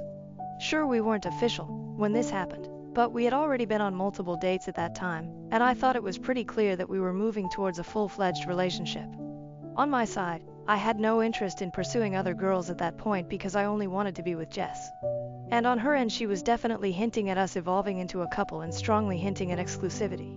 The other part that kills me is that during this early stage, Jess specifically said she wanted to take things slow physically until we knew each other better. But during this same time, she hooks up with a guy she barely knew from Tinder. When I asked her this, she said it's different because she took it slow with me specifically because she thought we would get into a relationship, but it was somehow different with a casual hookup. That logic makes zero sense to me. I don't really want to talk about it with my friends because I think they would hate Jess if they end up staying together. But I would like to hear opinions here. Would you stay in a relationship like this if things were going well but the beginning was so shady? TL.er. My GF met up and hooked up with a guy while we were dating, but not officially while she was taking it slow with me. Relevant comments. Comment 1. In my opinion, if you're dating someone and moving towards a serious relationship, you don't freaking bang other people. This would be a deal breaker for me, but you do you, man. If you can't get past it, then end it. OP, yeah, that's how I feel as well. It would have been one thing if she was just talking to other guys in the early stages while we were still defining things. Of course, that's fine and normal, but it feels like a slap in the face that she found another guy to sleep with after we had already gone on quite a few dates and I made it clear I thought we were moving towards a serious relationship, which she seemed to also acknowledge. There is no way she didn't know I would feel hurt that she did that. OP also added to a deleted comment. Teacher logic made no sense to me. She tried to explain that with guys she wants to be in a relationship, she wants it to feel special and wants to build an emotional connection. But for guys, she sees no future. She sometimes just wanted some physical fun that meant nothing. But I just can't wrap my mind about that. It feels like a gut punch that as we were getting closer and building a connection, she didn't want to be intimate with me, but instead preferred to find someone else. No matter how she rationalizes it, it's hard not to feel like a second choice of sorts. Update. As the title says, I decided to break up with Jess. I kept going back and forth because I was worried I was throwing away a great thing over something that happened in the past, but the problem is I thought I really wouldn't be able to get past it. I can't help what she did was really shitty. Yes, I know that technically she did not cheat, but she knew that I wanted a real relationship and that we were potentially moving in that direction. But meanwhile, she expected me to plan, and pay for, interesting dates, court her and prove that I was worthy of her while she happily hooked up with randos who basically did nothing but show an interest in fucking. Fuck that. In a follow-up conversation, it also came up that her friends sort of guided her to act like this. That she should basically allow herself to have fun and to keep her casual options open, but with me to make me work for it, and show that I wasn't just looking for sex but was capable of being a committed partner. The whole thing just seemed so manipulative and ugly, and these were also mutual friends who I considered to be nice girls, and now my friends as well. Now I never want to see any of those pieces of shit ever again. Anyway, I know this is starting to sound a bit like a rant, lol, but I felt pretty pissed off and basically called it quits. The actual breakup was actually quite unpleasant. No harsh words were exchanged, but Jess cried and we kind of talked about some happy times. I guess that's the hardest part about this. Like, I don't think she's a bad girl and maybe we could have had a nice future together like we did over the past few months. But in the end, I do think I made the right decision. I want to be with someone who treats me well from the get-go, not someone who manipulates me while playing games just so she can have her cake and eat it too. After discovering my husband's affair with my best friend, I face loss, divorce, and find new love in a lifelong friendship. Original post, June 5, 2023. OOP and her husband had been together since she was 19 and he was 22. Married for 6 years now with 2 kids, third baby on the way. She found out her dad has cancer. Her mother passed away when she was 12. OOP's husband has been very supportive from day one and suggested that she step away from her job for a while to take care of her family. OOP has her best friend who she knew since they were babies. Both families grew up together. After going to wake her husband up, she discovered her friend's text messages to him from his phone. Realizing it has been going on for 4 months when OOP's husband and her best friend have been lying to her, she tries to figure out what to do next that she knows now about the affair. Update 1. June 5, 2023. Same day, 14 hours later. OOP spent a good amount of time gathering and documenting everything she has on her husband and her best friend. Used her dad's hospice care plan as a front cover so her husband doesn't know she knew about his infidelity. She is thinking about going back to work, but working with a lawyer first to get things in order should she move forward with the next steps of her life. Per her lawyer, OOP doesn't have to worry about her inheritance from her parents, which her husband cannot touch at all. While her husband was at work, OOP revealed what took place between her husband and best friend to their mothers, who are now upset about the whole incident. Met with the lawyer, OOP gets her finances, logistics, and everything in order to make sure she is in a good position to go after her husband and best friend. Update 2. June 6, 2023, 1 day later. OOP names the characters in the posts. MIL and File, Ruth and Joe. Ex-BFF's parents, Angie and Bob. Ex-BFF, Jess/STBX, Tyler. Ex-BFF's brother, Jake. OOP's dad. OOP provides a quick summary on how things went so quickly in the last couple posts. She was able to meet with her OBGYN on the same day to get checked, all clear. Several more tests were done and waiting for the results to arrive. OOP met with her lawyer to go over everything, including her husband's financial records, which she got a hold of to make sure her bases are covered. If everything goes well with what she got, OOP should not have any problems with getting the divorce papers within a month. Ruth and Angie, MIL and ex-BFF's mothers, told OOP what happened after both sets of parents confronted Tyler, EX, and Jess, EX-BFF. All 4 parents are very upset with both Tyler and Jess for the affair, and they have been cut off from their families. Tyler discovers OOP has moved her stuff and their children's stuff to her dad's to get away. Damaged the house and went to look for OOP. She left for her dad's cabin with her kids, now away and safe. Tyler is arrested after trying to break into OOP's dad's house, not cabin. OOP had to get her own therapy session and will set up therapy sessions for her children. Per her lawyer, OOP is collecting text messages from Jess, who told her to fix everything, especially her parents cutting her off. Blamed OOP for stealing Tyler from her. Tyler wanted to reconcile, but OOP isn't giving in. He doesn't know about the divorce papers yet until he is served. OOP suspected Tyler and Jess won't be staying together since their parents have confronted them. Jess's brother Jake is on leave from the military. He steps in to help OOP and her family, per Angie and Bob. OOP thanks Redditors for continuing support as she deals with the whole situation on Tyler and Jess. Update 3. June 12, 2023, 6 days later. Tyler finds OOP's post and asks if she is serving him the divorce papers.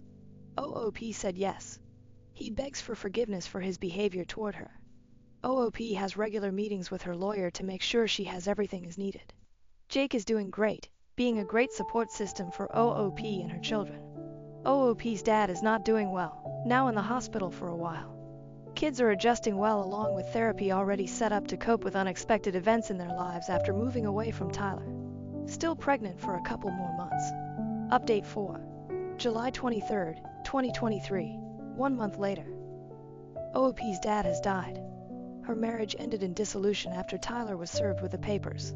Per her lawyer, the dissolution process was quick and smoothly after Tyler gave OOP everything she asked for in the divorce papers.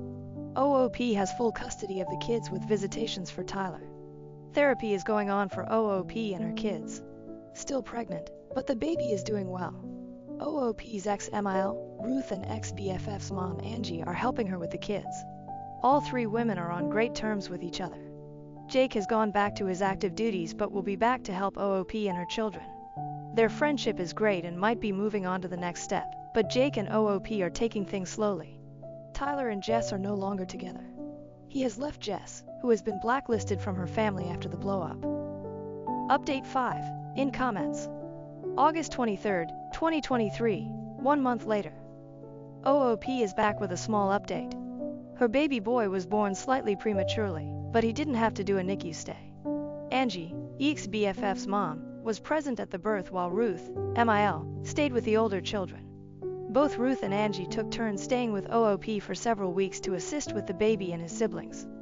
OOP is very glad to have support from both mothers. Sadly, the baby doesn't get a chance to get to know his grandpa, OOP's dad, who passed on a few weeks before.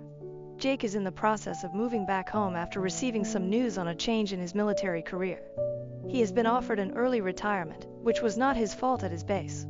OOP stated Jake is looking for a place but might stay with her and her children temporarily until he has a place to live in. Tyler, EX, was upset because he wasn't allowed in the room when OOP gave birth. OOP will give more updates on her ex when things calm down. Update 6, October 14, 2023, 2.5 months later.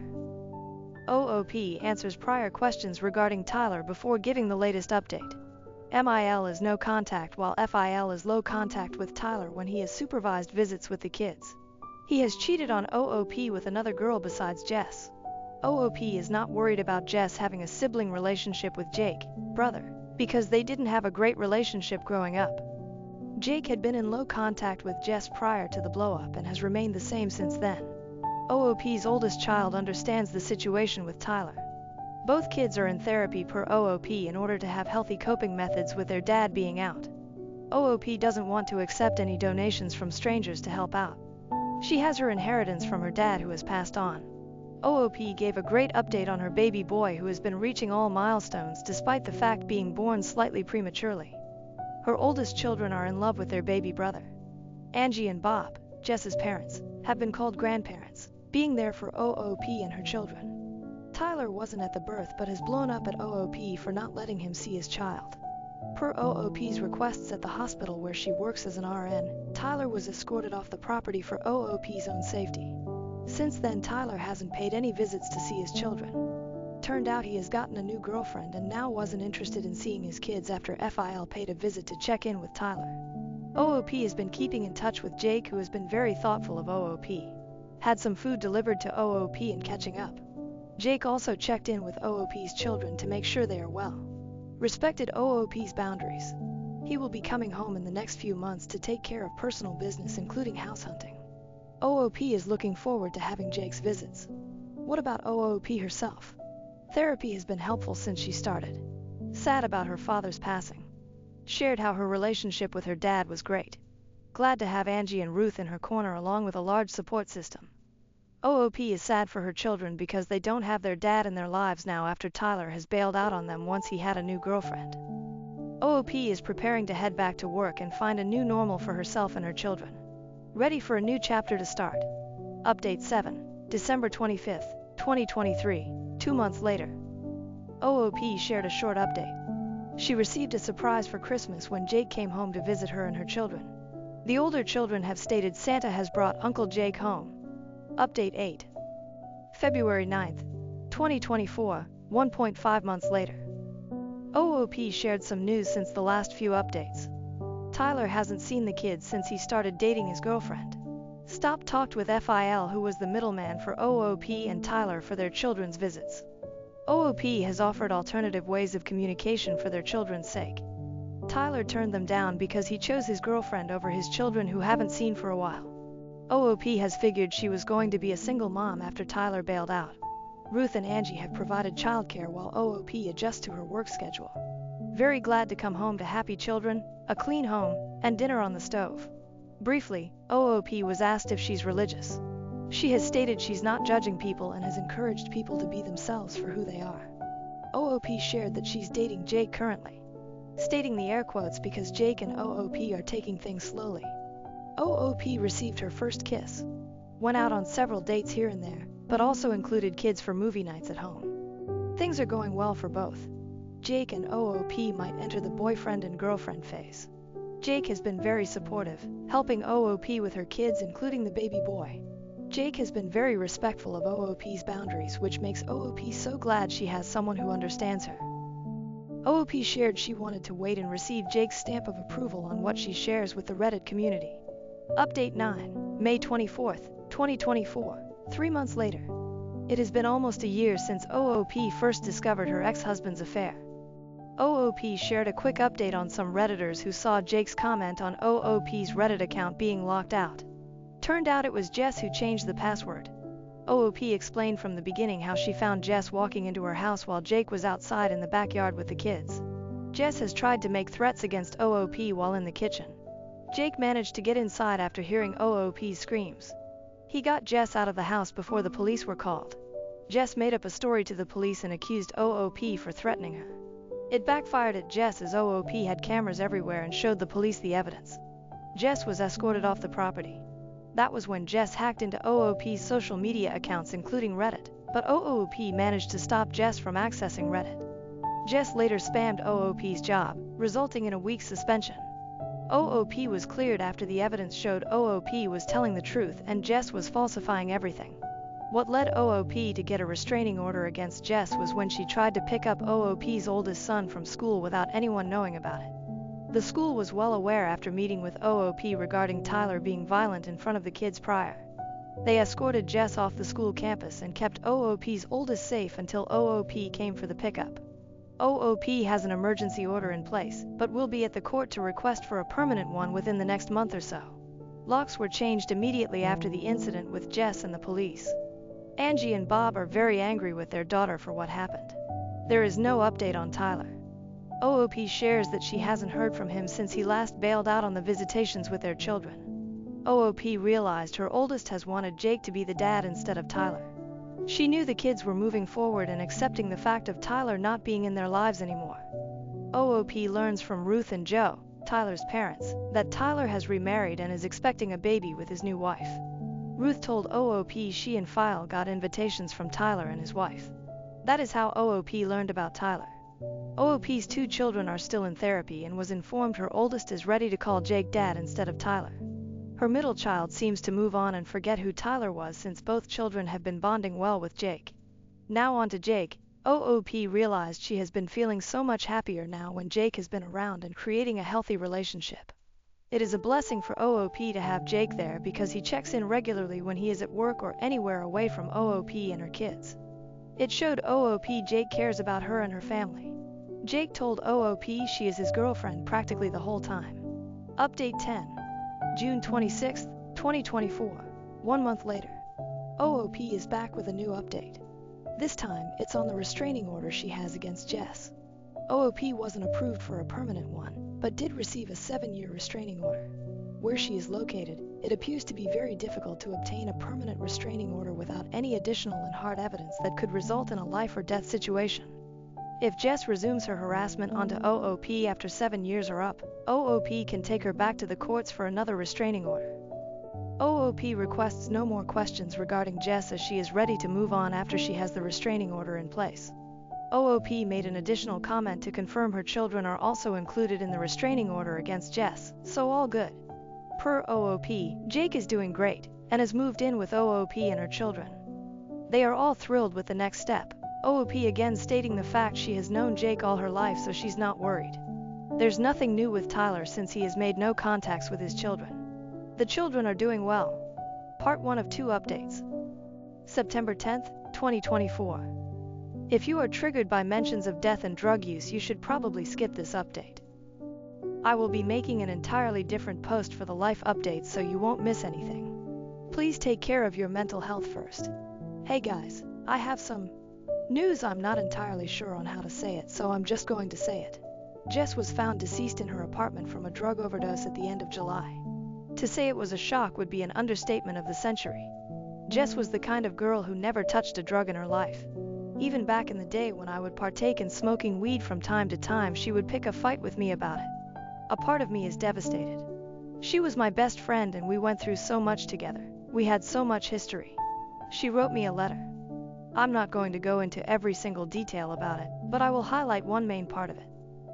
She told me she saw I was trapped in an unhappy, loveless marriage and she wanted to help me get out of it. She didn't know what to do, so one night when she started doing drugs, she decided to get rid of Tyler. The only way she knew how was by sleeping with him.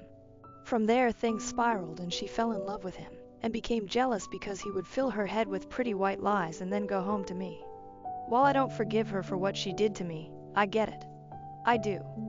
Jake has been blaming himself of sorts. Yes, he was pissed at her, but he didn't want her dead. None of us did. He's been having a hard time with things, but in true Jake fashion, he's been shoving his grief to the side to be there for everyone else. He stayed with his parents the first month after everything happened to take care of them, and then would come check on me at least twice a day. He still won't really talk about it, so I try to be there for him in every way possible without the use of words. Angie isn't doing well. She lost a child, and even though she cut her off, that's still her daughter and she still loves her.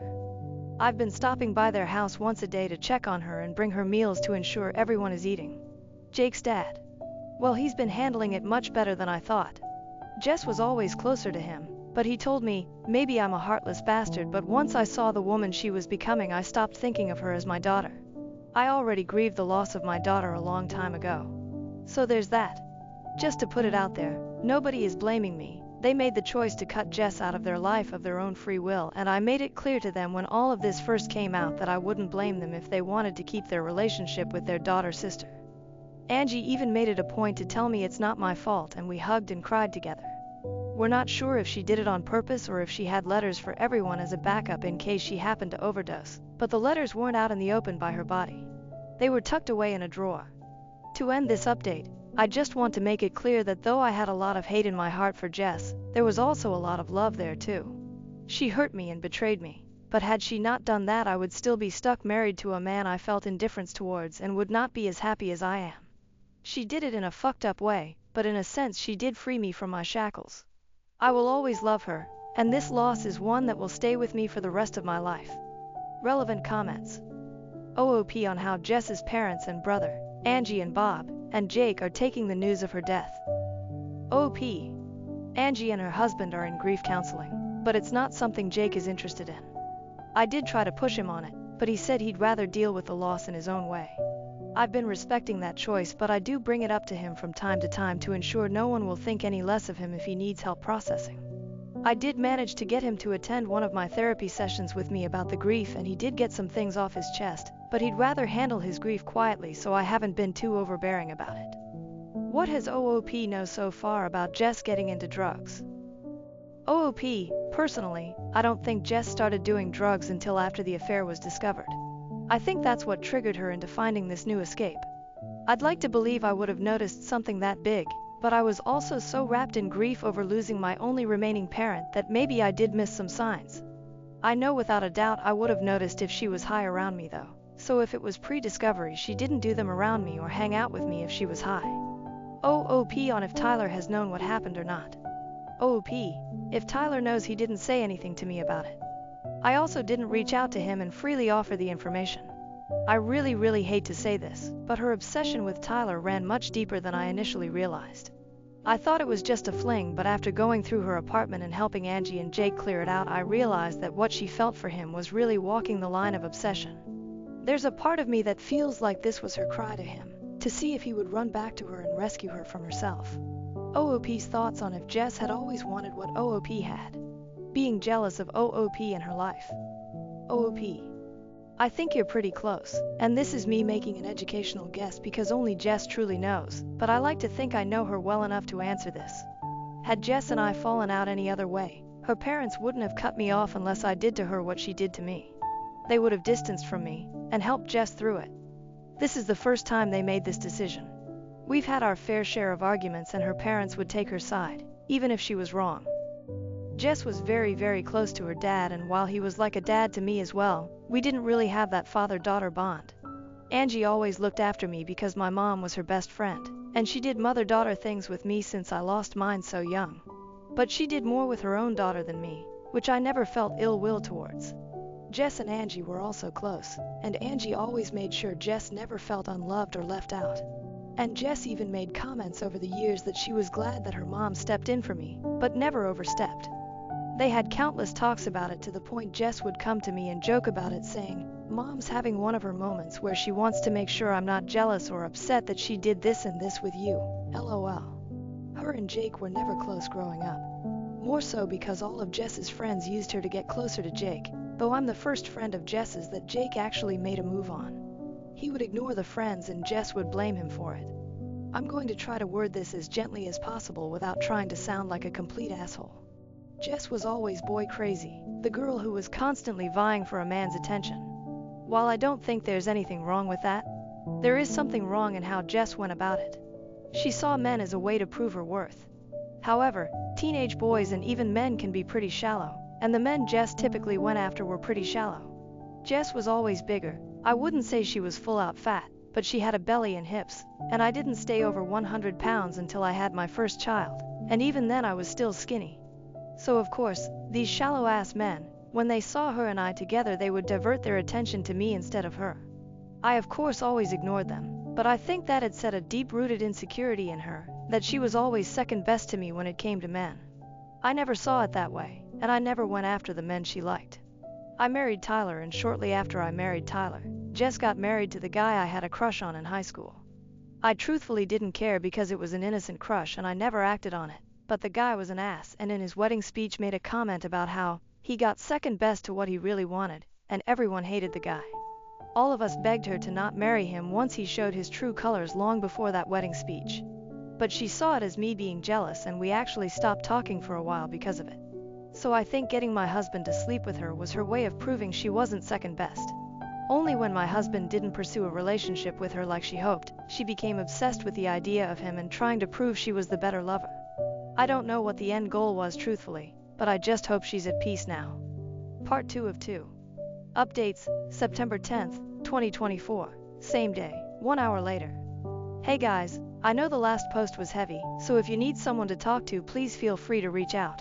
I understand stuff like that leaves its mark. Here's to a more cheerful update. Tyler is still MIA from the kid's life. Still hasn't reached out, and I'm not chasing after him to be involved with the kids. They deserve more from their dad. The kids are doing just wonderful. They've really taken to Jake, even the baby calls him Dada, and once he and I had a long talk about it, I've decided that if the kids want to call him Dad, I won't intervene. My oldest made the transition from Uncle Jake to Dad. My middle child still calls him Uncle Jake, but that's completely fine with me. How they want to pursue that relationship, I will let them. Jake actually started coaching their indoor soccer league and they love having him there. The house just has this sense of peace now, and all of them are just so happy that it makes my heart so full. I did have a conversation with them about Aunt Jess being in heaven with Papa, and they took it well, probably because they've hardly seen her in the last year. Tyler's parents have still been just as involved and are actually really close to Jake's parents.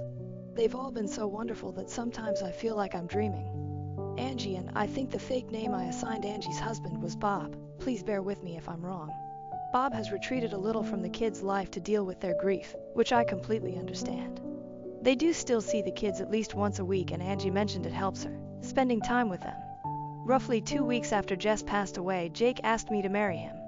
I told him I wasn't saying no, but I wanted him to sit with this a little longer and make sure this was something he actually wanted and he wasn't making a hasty decision in the midst of grief. A month later, after the dust had started to settle and things were slowly falling back into our routines, he asked me again. He had this whole speech about how he's wanted this for as long as he could remember, and even mentioned how when we were kids he said he would marry me when we grew up. It's true, he did say that to me when I was like 5 LOL, so I said yes. We are having a long engagement. I don't want to jump right back into a marriage, so we're taking our time and haven't even started wedding planning yet. Maybe come 2025 we'll start the plans. To be totally honest though, we've just been debating on an elopement, something small with just his parents and the kids. Who knows though, we have time to figure it out. Life has been a whirlwind full of ups and downs, but I'm so lucky to have so many wonderful people who love me and my kids. As always, thank you for being here with me throughout this journey. I love you guys. Until next time. Relevant comments. OOP on how Angie and Bob are taking the news of her engagement. OOP, Angie is very thrilled. She's actually been doing some wedding planning, and I've been letting her do her own thing. I think it's helping keep her busy. When we told Angie and Bob, Angie actually started crying. She said that her and my mom used to joke about us growing up and getting married, and they were thrilled about the idea of them becoming actually related by marriage. Bob is happy because he knows Jake is a good man who would, in his words, take care of you and the kids. And if he did anything to hurt me, all I needed to do was call him and he'd put the fear of God in Jake, LOL. My wife made negative comments about our daughters posing for her school photos. Am I the asshole for getting angry at my wife over this? I, 60, have been married to my wife, 51, for around 15 years. We also have a beautiful daughter named Hayoung, 17, who is in her junior year of high school. Yesterday after school, Hayoung, pronounced Hayoung, came up to me and my wife and showed me her school pictures, both her individual photo and her group grade photo. They were taken all the way back in February, but they had just arrived today. I complimented Hayoung and told her how beautiful she looked in the photos, before telling her how proud I was to see her grow up throughout the ages, before showing my wife the pictures of our daughter. It did not go the way I hoped it would go. Instead of looking at it for a bit before saying something, my wife immediately pointed out to Hayoung that she was looking too downward at the camera and that her eyes looked strained/forced. I was a bit taken aback at first, but I decided to just keep listening. My wife then said to my daughter that she would have to have rehearsals for school pictures with her for next year, because in my wife's words, Hayoung still doesn't understand how to properly pose, smile and look beautiful for a school picture. I was a bit irritated, but I let it slide. What set me off though, was my wife then said, Hayoung's picture is a fail. Honestly, Melissa looks the prettiest out of everyone. Hayoung got quiet and said, I'm gonna be honest, my picture this year is really bad compared to sophomore year.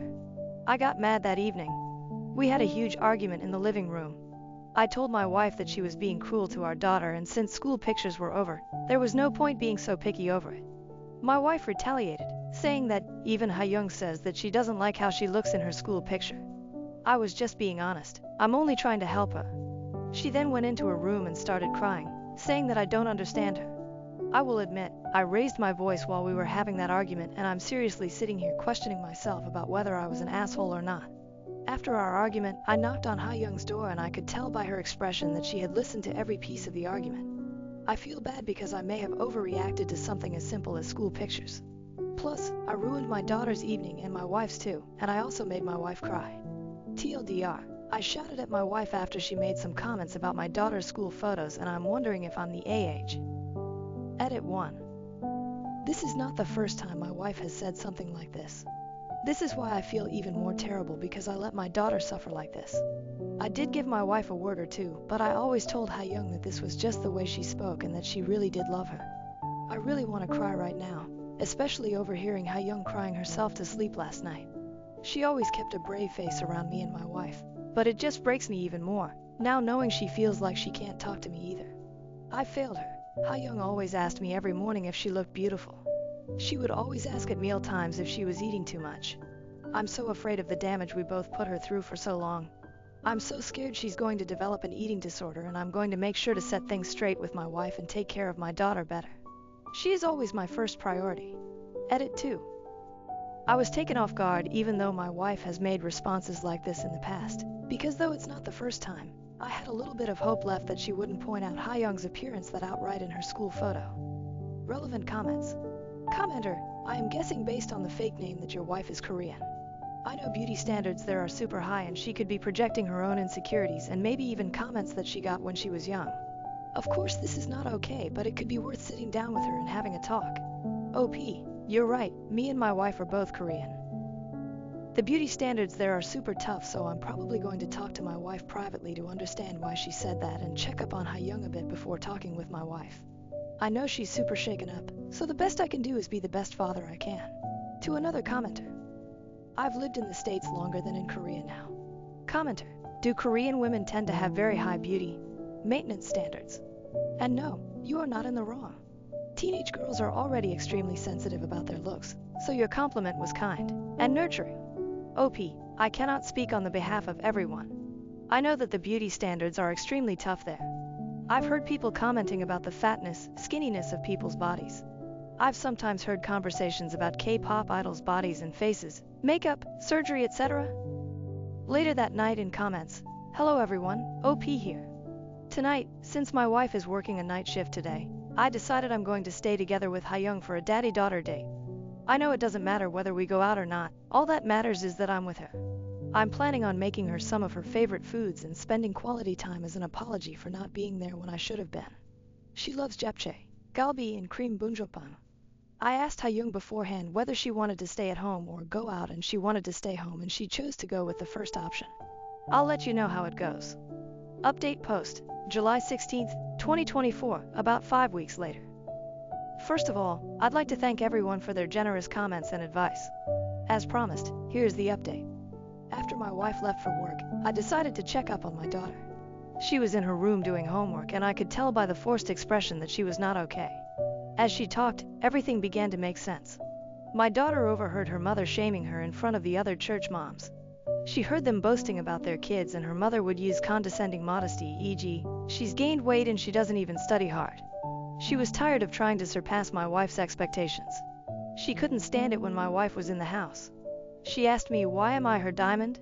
She cuts me to make me shine. How more of this should I take? I prepared all the foods I promised to make, and she was hesitant but ate a lot more than when my wife was around. She wanted to further talk with me. I then asked if she wanted me to tell my wife how she felt. Hyung said it was the only way to get her to listen, before telling me she wants me to get a divorce. I asked her if she was absolutely sure, as it was something very serious. She said she was fine with it. I'm just devastated it has reached this point. When Haeyoung was at school, I had a conversation with my wife. I brought up Haeyoung's concerns, along with mine. I asked my wife what made her put down my daughter on the day of the school picture incident. She made excuses such as having bad days, hence she'd accidentally release her anger and other emotions by yelling, the silent treatment, etc. I questioned further if there was anything in the past that was bothering her, which she replied snarkily, "Nothing is bothering me. I raised her into a better person. If you have problems with how I'm raising her, she's all yours. I don't want to argue anymore, especially with a sensitive, lazy person like you." We had a lot of arguments in the past on raising Haeyoung. This phrase was used in all of our arguments to shut me up. As Haeyoung was consistently used as an emotional punching bag and a trophy for my wife, this was the last straw. I told my wife we were done, then told her to pack up and leave.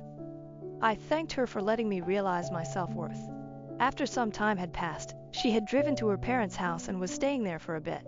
When Haeyoung came back, she noticed her mom's room was a lot better than it was and knew what had happened.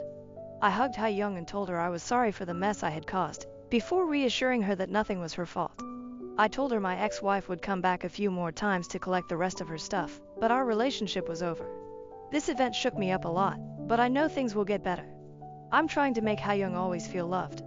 Haeyoung, you are my universe, and that will never change. I caught my boyfriend cheating just before his big night. Should I expose him or exit gracefully?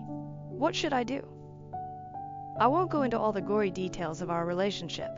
We were in love, and well, I still love him. But I found out, clearly he does not. I discovered proof that he has been cheating on me for a while, in the form of small home movies of them. I don't know the girl, and from the looks of their conversations, yep, went ahead and post-discovery snooped. She has no idea I exist. Tonight is the biggest night of my BF's life. He's receiving a state award at a big dinner with a few hundred people attending, from his mom and dad to councilmen and all of that. In fact, the only reason I discovered this transgression is because I've been putting together a little video for him to enjoy some of the key moments of his life. You know, typical sappy shit. I'm burdened with a lot of power right now, and I don't know if I have it in me to do the right thing. Or if I even know the right thing. I'm blinded with tears of rage and sadness and betrayal. But at the same time, I love him, have loved him, and do I really want to do this? The relationship is over, no doubt about it. I am not a woman who will take her man cheating on her, certainly not. That's not the issue.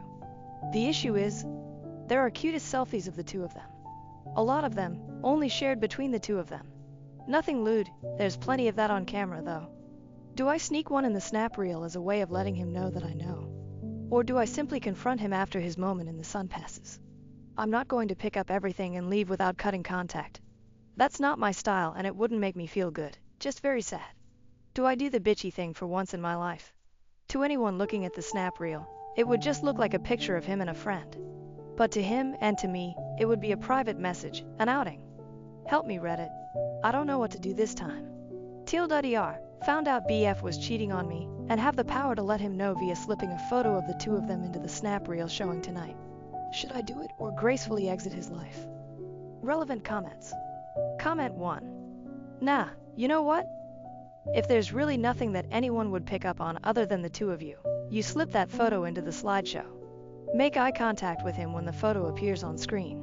Then, when it's over, you stand up and walk out. It ain't the high road, but nobody needs to walk the high road all the time. OP, I chuckled. I think the only reason I would do this is to make eye contact with him so that he knows I know. But I'm not sure I have the guts to do that. I'm not exactly Olivia Pope. Update, found out BF was cheating on me, and had the power to let him know via slipping a photo of the two of them into the snap reel showing tonight. Should I do it, or gracefully exit his life? Well, it's been a month and a half since this all went down. I have gotten so many requests for an update and I never intended to actually give one, honestly, because I was afraid of the fallout depending on what I ended up doing. So what did I do? I did the immature, vengeful thing. And I don't regret it. I took a few photos of the two of them, tasteful photos that gave off no indication other than she might be a childhood friend. I slipped them into the snap reel. And I spoke kindly of him at the podium. Then after my turn was finished, I walked out. I drove home feeling calm and in control. 20 minutes later, the text started. Where did I go? What did I know? Where did I find the photos? Was there more in store for him? I texted him, I know you've been fucking her. But there are no more photos. There weren't any, and of course I left it at that. He didn't come home that night. Or the next. The next day, he called me to ask me if we could meet and talk at a public location. I agreed to meet him at Starbucks. I arrived early, waited for him. He showed up a few minutes late and took the seat across from me. He started right off with the excuses, how it just happened and he regrets it fully. She doesn't mean anything to him, and that she looked like a girl he had a crush on in high school and he was powerless against his teenage self. I didn't interrupt him, just let him have his time. When he was done and looking at me for a sign of what might happen next, all I could say was, so where did you stay the past few nights? Her house. And what did you do? He wouldn't answer. There hadn't been any doubt in my mind. Really. I knew I was leaving him. He talked over himself, apologizing, begging for forgiveness, saying he'd change. I told him that I didn't want him to have to change himself. That if who he was, naturally, was someone who cheated on his girlfriend, then that's not someone I wanted to be with. He said that he was thinking of proposing to me, and all I could say after that was, good thing I found out before. Fast forward to a few weeks later. He's moved out and I'm doing well. We have cut off contact. People ask me about him all the time, and I just let them know he left me for a girl who looked like his high school crush. So that's the end. We are broken up. We are never, ever, ever getting back together. I don't feel any regret for how I handled it. Like one commenter said, there's no need to take the high road all the time. I added the photos to the snap reel. He saw them. We broke up and are never getting back together. I don't regret my choice, only that I wasted 3 years with an overgrown child. Am I the asshole for demanding my husband block his female friend who warned him against marrying me? I, 26, want my husband, 27, to immediately block one of his friends, Kyla, 27. He thinks I'm overreacting, and wants opinions from some cool-headed people on if I'm just acting crazy, or this is something that would cross the line for you. My husband has a group of 8 friends he has been close with since his college days. Kyla is one of his friends. When my husband and I started dating, he introduced me to all of them, and everyone was very friendly. I used to hang out with them frequently. I am an introvert, and so is my husband. I would always ask him to spend time alone as being in social settings just saps all my energy away. His friends, and especially Kyla, always made it a point to tell me how he hangs out with them less after he started dating me. Kyla also had a weird energy around me. If I was with my husband, she would be the friendliest with me. However, as soon as he walked away, she acted like I did not exist. My husband hates to be touched by others. We both are ND, but Kyla would always tease him by trying to hug him, mess his hair, etc. I never felt she was flirting with him, but just teasing him to make him annoyed. Overall, she just feels like a person who has a severe social boundary issue. We got married 2 years ago, and things have been great between us. Last week, we had our second marriage anniversary and invited a bunch of people. His friends stayed back after all the guests left, and we were all drinking and chatting. One of his friends, Jen, became a bit tipsy and started complimenting me on how beautiful our house is, how I care for my husband, and how he has changed for the better since marriage. Everyone was laughing at my husband and how much of a slob he was when he was single. Jen then pointed at Kyla and said, "You better pay up, 'cause you had bet that their marriage would not even last for 2 years." Everyone became silent and started changing the topic. I also did not want to spoil the mood and let it go, but it stuck in my head. After everyone left, I asked my husband what Jen was talking about. He also had noticed Jen saying that and was ready with a full explanation. He told me the story of what happened when we got engaged. When he proposed to me, he had not told his friends that he was going to do that.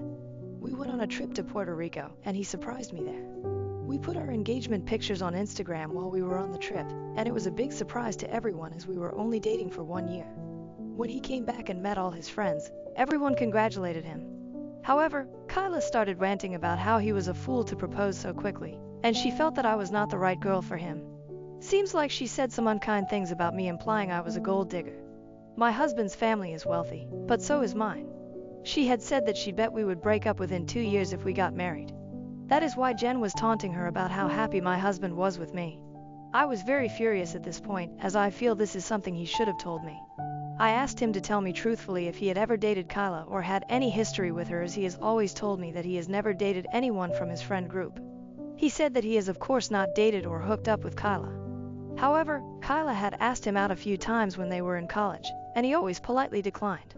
I asked why I said no to her, and he said he just does not have any romantic feelings for her.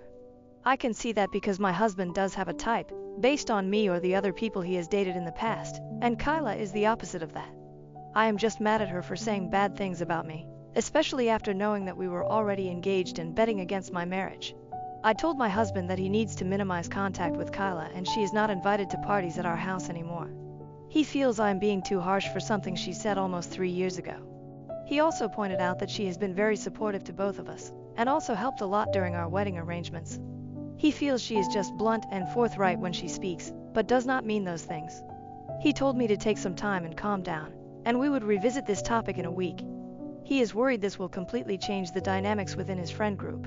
Am I the asshole for wanting him to block her and stop inviting her to our house? Do you think I'm overreacting? I think betting against our marriage and bad-mouthing me behind my back seems like a huge betrayal. I am also mad at my husband that he kept this fact from me, and also never told me that Kyla asked him out during college days. Am I just being crazy and reactive? How would you react in this situation? I don't want to distance my husband from his friends, but I also do not want to see that bitch Kyla's face again. Update. I had posted almost 6 months ago regarding my husband's friend Kyla betting that our marriage would not last for more than 2 years. I was upset and had asked my husband to stop talking to her, because she disrespected our marriage. Since then, Kyla has pulled some really pathetic shit to stir up issues between my husband and I. After I wrote the post, my husband was trying to convince me that Kyla was just joking when she made those comments, and it happened so long ago. Kyla messaged me the next day apologizing for her comments and also not making more efforts to connect with me. I accepted her apology and started warming up to her. She started inviting me for brunches and girls' night out with them, and I felt included in their friend group. One day during brunch, I brought up why Kyla really thought our marriage would not work out. Kyla told me that my husband broke up with his long-term ex-girlfriend Joanna 2 months before he started dating me. I knew that part, but Kyla told me that my husband was really heartbroken after the breakup and swore to her that he would stay away from dating anyone. When he met me, my mom set us up on a blind date. She was surprised how quickly we hit it off. Kyla thought that I was his rebound relationship, but when he proposed to me within a year, she was worried that he was making a very rash decision. My husband's family is rich, and she thought it was unwise for him to marry so quickly without knowing me well. She did not know enough about me and that my family is also very well off. That is why she was concerned that I was taking advantage of his vulnerable state. She apologized to me and said that it was wrong for her to assume that, and over the years, she has seen how happy we are together. I appreciated her honesty, and Kyla and I became good friends since then and started hanging out more frequently. Around 2 months ago, my husband went to a conference in Seattle for 3 nights. After he came back, I got a "Hey girly" message on Instagram from Joanna, his ex.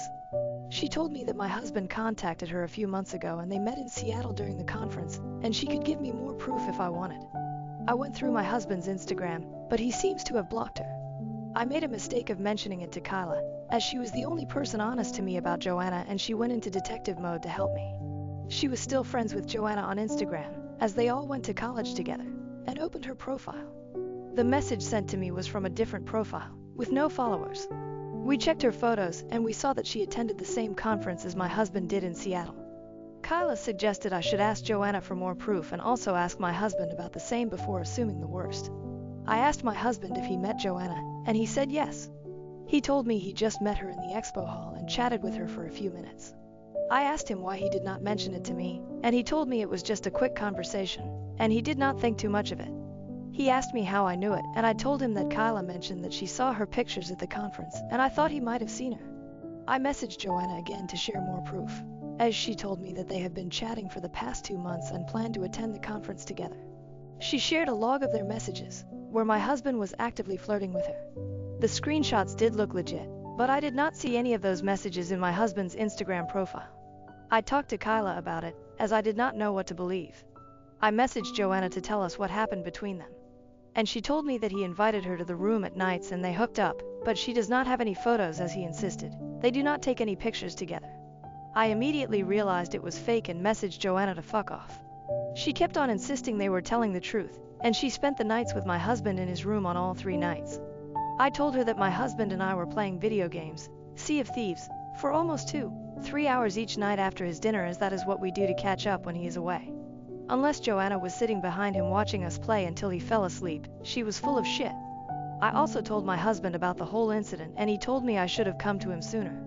He told me that he has gone no contact with Joanna ever since they broke up, and he just ran into her at the conference. He told me I could check his phone and everything to verify that he has blocked her everywhere. I told him I do not need to, and Joanna might have run into him and just decided to fuck his life by making up stuff. When all the friends met that weekend, my husband and I told everyone about how Joanna sent messages to me and faked everything. Kyla was also telling what happened as she had told her about it. Kyla accidentally let it slip out that it's luckily, we are nerds and played video games at nights before sleeping. Else, props go to Joanna for making up a convincing story. I never told Kyla about the video game stuff. I just told her Joanna is full of shit, and I blocked her. It took me until I came home to connect the dots. I told my husband about it, and he confronted Kyla. She denied it and told him that I told her about the video game stuff on a phone call, but I don't remember doing it. We have since decided to keep our distance from Kyla. Kyla has called me multiple times to meet up, but I just make up reasons that I am busy. I do not know why she did it, but at this point I am not interested in it, and we have decided to just see her on social occasions and avoid hanging out with her as much as possible. I feel stupid that she played me for a fool, and I should have not gone to her when Joanna started messaging me. In hindsight, it seems suspicious that Kyla started telling me about Joanna, and at the same time, Joanna claimed to have an affair with my husband. I do not know what her intentions are, but I am mad enough that I will avoid her as much as possible. I wish I had some real proof that she was the one messaging me, so that I could expose her. I also feel bad for suspecting my husband, but I am glad my husband and I are on the same page now. My 20-year marriage ended when I discovered my husband was cheating with our son's 18-year-old girlfriend, causing immense family turmoil. I'm going to use pseudonyms for anyone I reference in this post. I, 41, am a stay-at-home mom. My husband, 48, whom we'll call Paul, works in finance. We have been married for nearly 20 years. We have 2 kids, whom we'll call Eric, our 18-year-old son, currently a senior in high school, and Mary, our 15-year-old daughter. They are both the lights of my life. My marriage with my husband has grown somewhat stale over the years for a myriad of reasons, such as his work schedule and how I've aged poorly since we first met. Our son Eric has a girlfriend, 18, whom he's been dating since they were freshmen in high school. We'll call her Amy. Eric absolutely adores Amy. She's his first love, and she's someone I've always considered as family. This makes the whole situation emotionally excruciating for me. Last week I inadvertently saw my husband's phone screen and got a glimpse of a text thread between my husband and Amy, our son's girlfriend, and I read what looked like a message of her telling him that she misses sucking his cock. I froze in place, in complete disbelief. I spent most of the day convincing myself that I must have misread what I saw.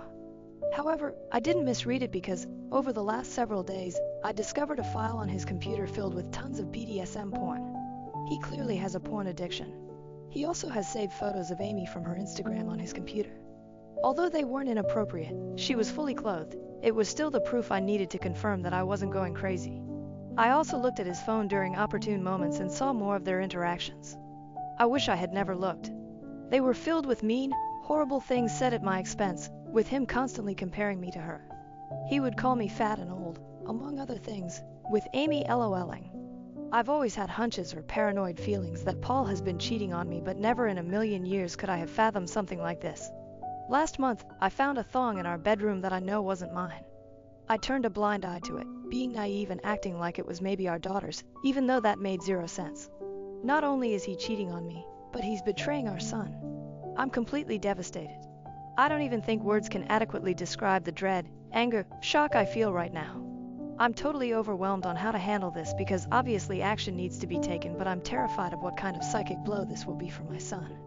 I have no idea how to even broach this completely fucked up topic with him. I wouldn't wish this predicament on my worst enemy. I can't even believe I married this scumbag in the first place. And then my mind started to race, realizing that I started noticing specifically unusual behavior from him around the same time Amy turned 18.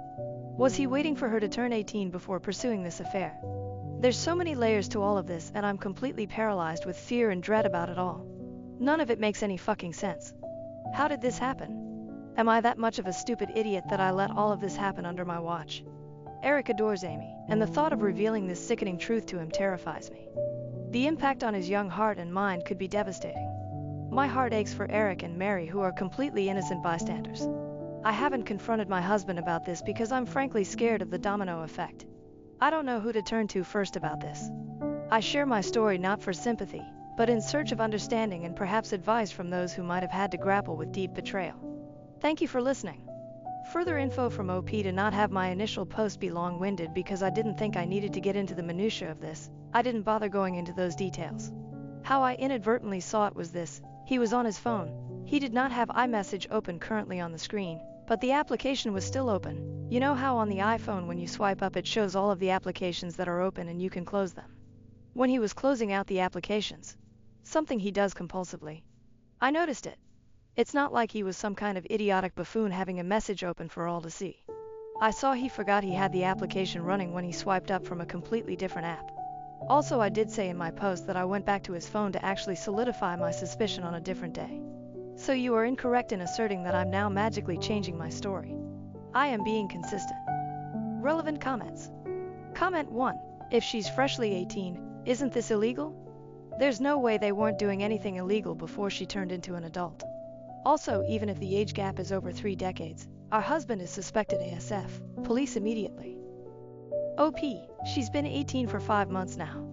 I haven't been able to gauge when their affair started. I'm trying my hardest to figure that out. He deletes his texts every couple of weeks it seems like, so I haven't been able to pinpoint when this whole thing started.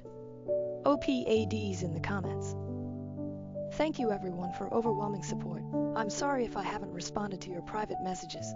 I'll get to it when I can. Dealing with a lot right now and taking a lot of steps that need to be taken. I'm trying to be smart and strategic with this truly surreal and terrible situation I'm in. I want to be clear that not telling my son about this was never something I was considering. I didn't mean to make it seem that way. I was just saying I'm intensely dreading it, but obviously it needs to be addressed. It's one part of the many steps of my overall plan. I'm currently playing dumb and collecting as much evidence as I can so I can be prepared for anything and everything. I'm going to protect myself, and I'm going to make sure I don't put myself in any potential harm's way. I'll post a more thorough update soon when I can. But please know, you've all touched my heart so much and made me feel less alone. Update 1. I'm using pseudonyms for confidentiality. I shared a situation a few days ago on another subreddit involving my 41F husband, Paul, 48M our children, Eric, 18M and Mary, 15F. I discovered that Paul was having an affair with our son's 18-year-old girlfriend, Amy. My son has been dating her since they were freshmen in high school. My brother connected me to a very tough junkyard dog-type lawyer. I saved screenshots of all his conversations with Amy. I was only able to get the last 3 months from iCloud. The conversations were mostly flirty and dirty talk. It was hard to stomach, completely sleazy, and I saw several negative things said about me. His call history showed he talks with her for hours pretty consistently. He uses dating apps. I took screenshots of his profiles and all of the active chats he has with his matches. It's very clear he uses a filter to seek out girls who are 18, 22 or so. I copied all of his files from the computer. He goes on sex chat rooms and forums, and he spends a ton of money on OnlyFans. I rummaged through every possible hiding spot I could think of in the house. He had various toys, blindfolds, cuffs, lubricants, etc. He also had different outfits which looked kind of like a girl's Catholic school uniform and a French maid type outfit too. I picked up Eric and Mary from school, and we all drove to my brother's. They were able to sense something was awry when I picked them up. I delicately told them the entire situation, and I broke down crying. Mary had the most anger, even more than Eric. I met with Amy's mother and told her everything. She confiscated Amy's phone and gave me the entire chat log. It only dated back 3 months, like on my husband's cloud, almost as if they both deleted the messages at the same time. She told me Amy sobbed when confronted. Amy basically told her mother that she will never understand and that she and him are in love. I don't want to get into too many details with what else she was saying, but suffice to say, it's very easy to assume that my husband slowly and methodically became a sage-like figure in her life, making her feel she could rely on him, and he took advantage of the fact that she came from a broken home. Amy is also non-stop insistent that their friendship only became romantic physical recently, and before that, she said he was more of a friend and mentor. I confronted Paul over Zoom. The look on his face was scary. He became red and looked so sweaty. He had anger and panic in his eyes. His tone of voice was very defensive and frightening. He kept yelling the word context over and over again, and that none of that happened. He was unable to speak without constant stutters and intensity. Nothing really made any sense to me. I refused to tell him where I was, and he said I had no right to take his kids away from him, and then he abruptly left the Zoom. My lawyer is filing for temporary sole custody of Mary and a restraining order. Mary is still the most angry. She's totally furious with her dad and Amy. Justifiably so, of course. Mary is recollecting moments and times she watched her dad interact with her friends, and she's in knots about it. Eric is very clearly hurting, but he's so strong and very level-headed. He wants to see a therapist. The maturity my kids are showing makes me proud. They don't deserve this at all. We made the authorities aware of everything. I plan on being completely unforgiving and ruthless in this divorce. I'm reflecting on how I've been treated and how it's made me a shell of myself, and how I've had a very negative opinion of myself because of him over the last 20 years. I don't want to let this scumbag get away with it. I want to reinvent myself and move on stronger than ever. Relevant comments. Comment 1. How is your son holding up? What has developed between him and Amy? OP. He hasn't spoken to Amy yet since finding out the news, and I'm not sure if he ever will again. Comment 2. Have you confirmed if the thong you found was Amy's? The situation is fucked up. OP. I confirmed that it wasn't my daughter's. She said it wasn't hers. And I know it wasn't mine. So who else could it be? Comment 3. Wait. Are you saying that they fucked in the master bedroom? Comment 4. Don't cheaters always use their married bed? OP. Yes, I believe he did. OP adds in the comments. Both me and my son are going to get tested and checked out as well. There's no telling how many different women he's been sleeping around with. As for Amy, her mom has been in contact with me, and Amy has been threatening to run away with him because they are in love. Update 2. Thank you again for all the love and encouragement. It gives me comfort and means so much to me. I've received many comments and messages accusing me of faking this story, which oddly also provides comfort because all of this feels unreal even to me. It validates my own feelings that there are people out there who can't even fathom this being true. I wish it were fake.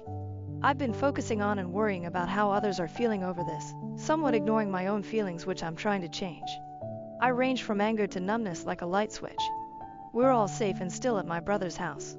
We're very careful, and his house is secured. Paul has tried to call my cell phone several times a day. I am refusing to interact with him, and I will have my lawyer handle all correspondence. He scares me, frankly. My brother has a very secure house with an alarm system and deadbolt locks. We feel safe with him. Both my son and I got checked out and tested. It appears so far that we're both clean based on the immediate rapid tests, but in the coming days, we'll know for certain when the lab results come in. I'm not overly concerned. Eric is scheduled to see a therapist early next week, which is very good and needed. He's not himself right now. He seems a bit shell-shocked, and I'm concerned. He internalizes a lot, and it's hard to get a read on what's going on in his head. That being said, he's thoughtful and has been talking with me, asking me how I'm doing and everything. He's not interested in corresponding with his dad at all. He calls only my cell phone, and he hasn't tried to reach out to either Eric or Mary. I get the sense that Paul is extremely nervous. He's scared, and I think he deep down knows that if investigated thoroughly, he would be in big trouble. That's what my gut is telling me. I still think about the Zoom call with him, and the more I think about it, the more it looked like he was a man whose entire world was crashing down on him. The panic in his face was very apparent. I offered Mary for me to make an appointment with a therapist as well, but she doesn't want to see one yet. She said she's open to it eventually, but wants time to herself. She's been asking her friends about her dad and if they experienced any creepiness from him.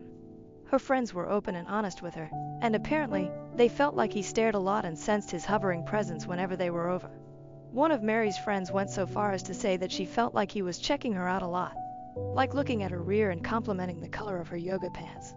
At the time, no issue was brought up about it, but in light of everything that has been happening, it seems strange now.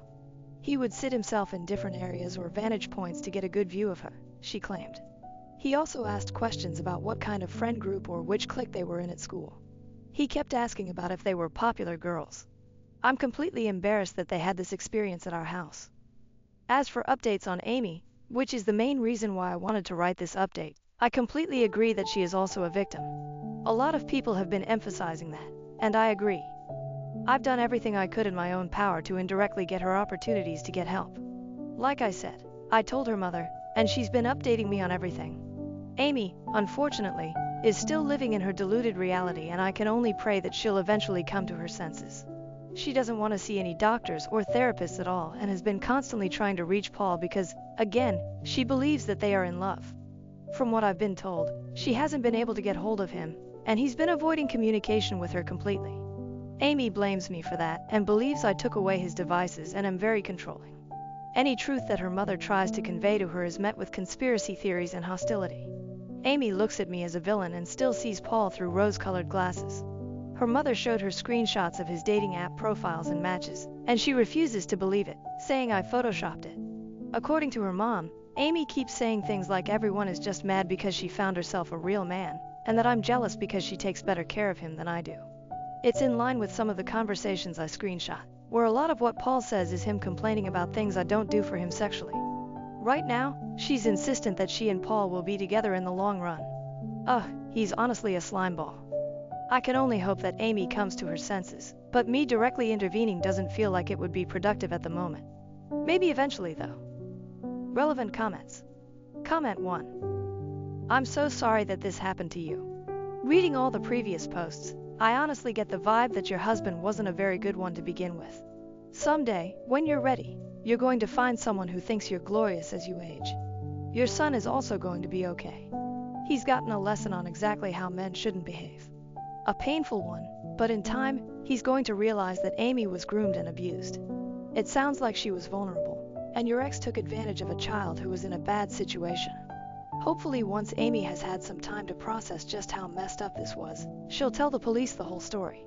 I fully believe something was happening before she turned 18 OP. I believe stuff happened before she was 18 too. Comment 2. Do you think they kept that relationship secret for most of Eric and Amy's relationship? What a disgusting father and pig if that is truth.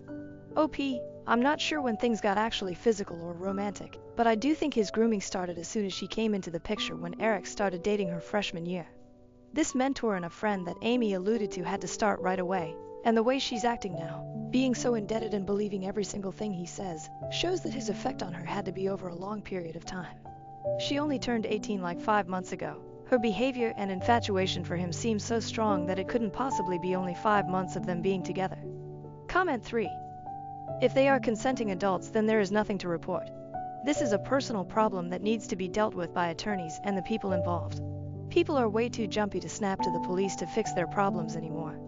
OP is handling this the correct way. If any legal issues come into play, then her attorney will do the right thing. OP. The only thing we can really hang our hat on is the possibility of Amy having an epiphany of the reality of her situation, and she opens up candidly about when it began. But because she's 18 currently and has no interest in saying or doing anything that could potentially put Paul in legal trouble, nothing really can be done. Unless they find out about other girls that I have no idea about yet. I discovered my stepmom's Reddit account and was shocked to find out how much she hates me and my siblings. I'm really pissed off and want to vent. I even cried reading the things she said, and I don't know what to do. I don't need any advice, I just want to vent. My father has been married to my stepmother for 5 years. He has been divorced from my mother since my younger brother was 2 years old. There's no beef between them and they have a great co-parenting. I have a 17-year-old sister, a 16-year-old brother, and I'm 25. Then my father has a 3-year-old son with my stepmother. I found her Reddit account in a pretty random way. Since I'm only home on the weekends, I let her use my computer. She forgot to close her email because I was able to come home during the week. She doesn't post too much, but she comments too much. I was honestly going to close the email, but it caught my attention that all the replies were from step-parents subreddit, so curiosity won me over.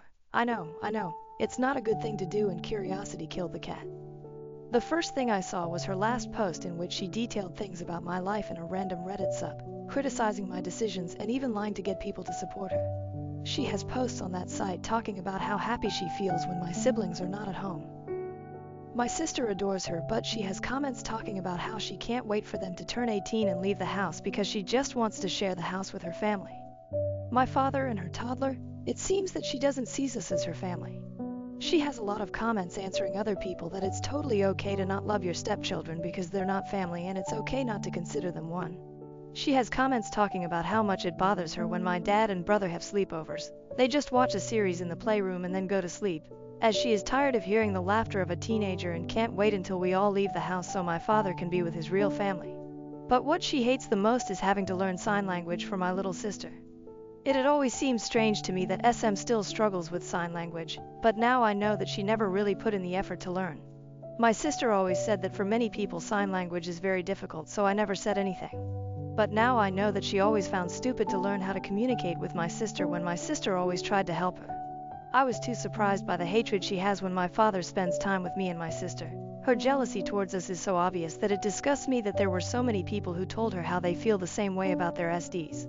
To the point of sexualizing things by saying too many disgusting things that I don't even want to say here. My siblings are not problem children, they even love her very much, and what fills me with anger the most is that she is so false in front of us. Do you know the number of times I offered to babysit my half-brother so she and my dad can go on a date?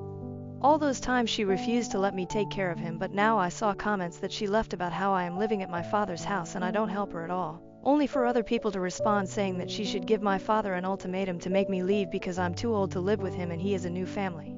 I cook my food, do my laundry, I help my father pay the bills while she doesn't, and normally only come home on the weekends because I'm doing a police academy almost full week. I don't even care if I'm making it too obvious who I am. It was my father who told me to move back with him so that when I come back from the academy on Friday nights it will be a shorter trip. She sexualizes my interactions with my father, saying that it is not normal for me to sleep a nap hugging him and that I should know my place. He is my father. What the hell wrong with her? I'm so disgusted. I have the comments. I have the post.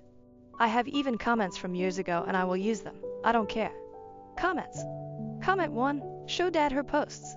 Comment 2. This, show your father what she really thinks of you all, because once you're all eventually out and she gets her wish, she's going to work double time to keep it that way and isolate him.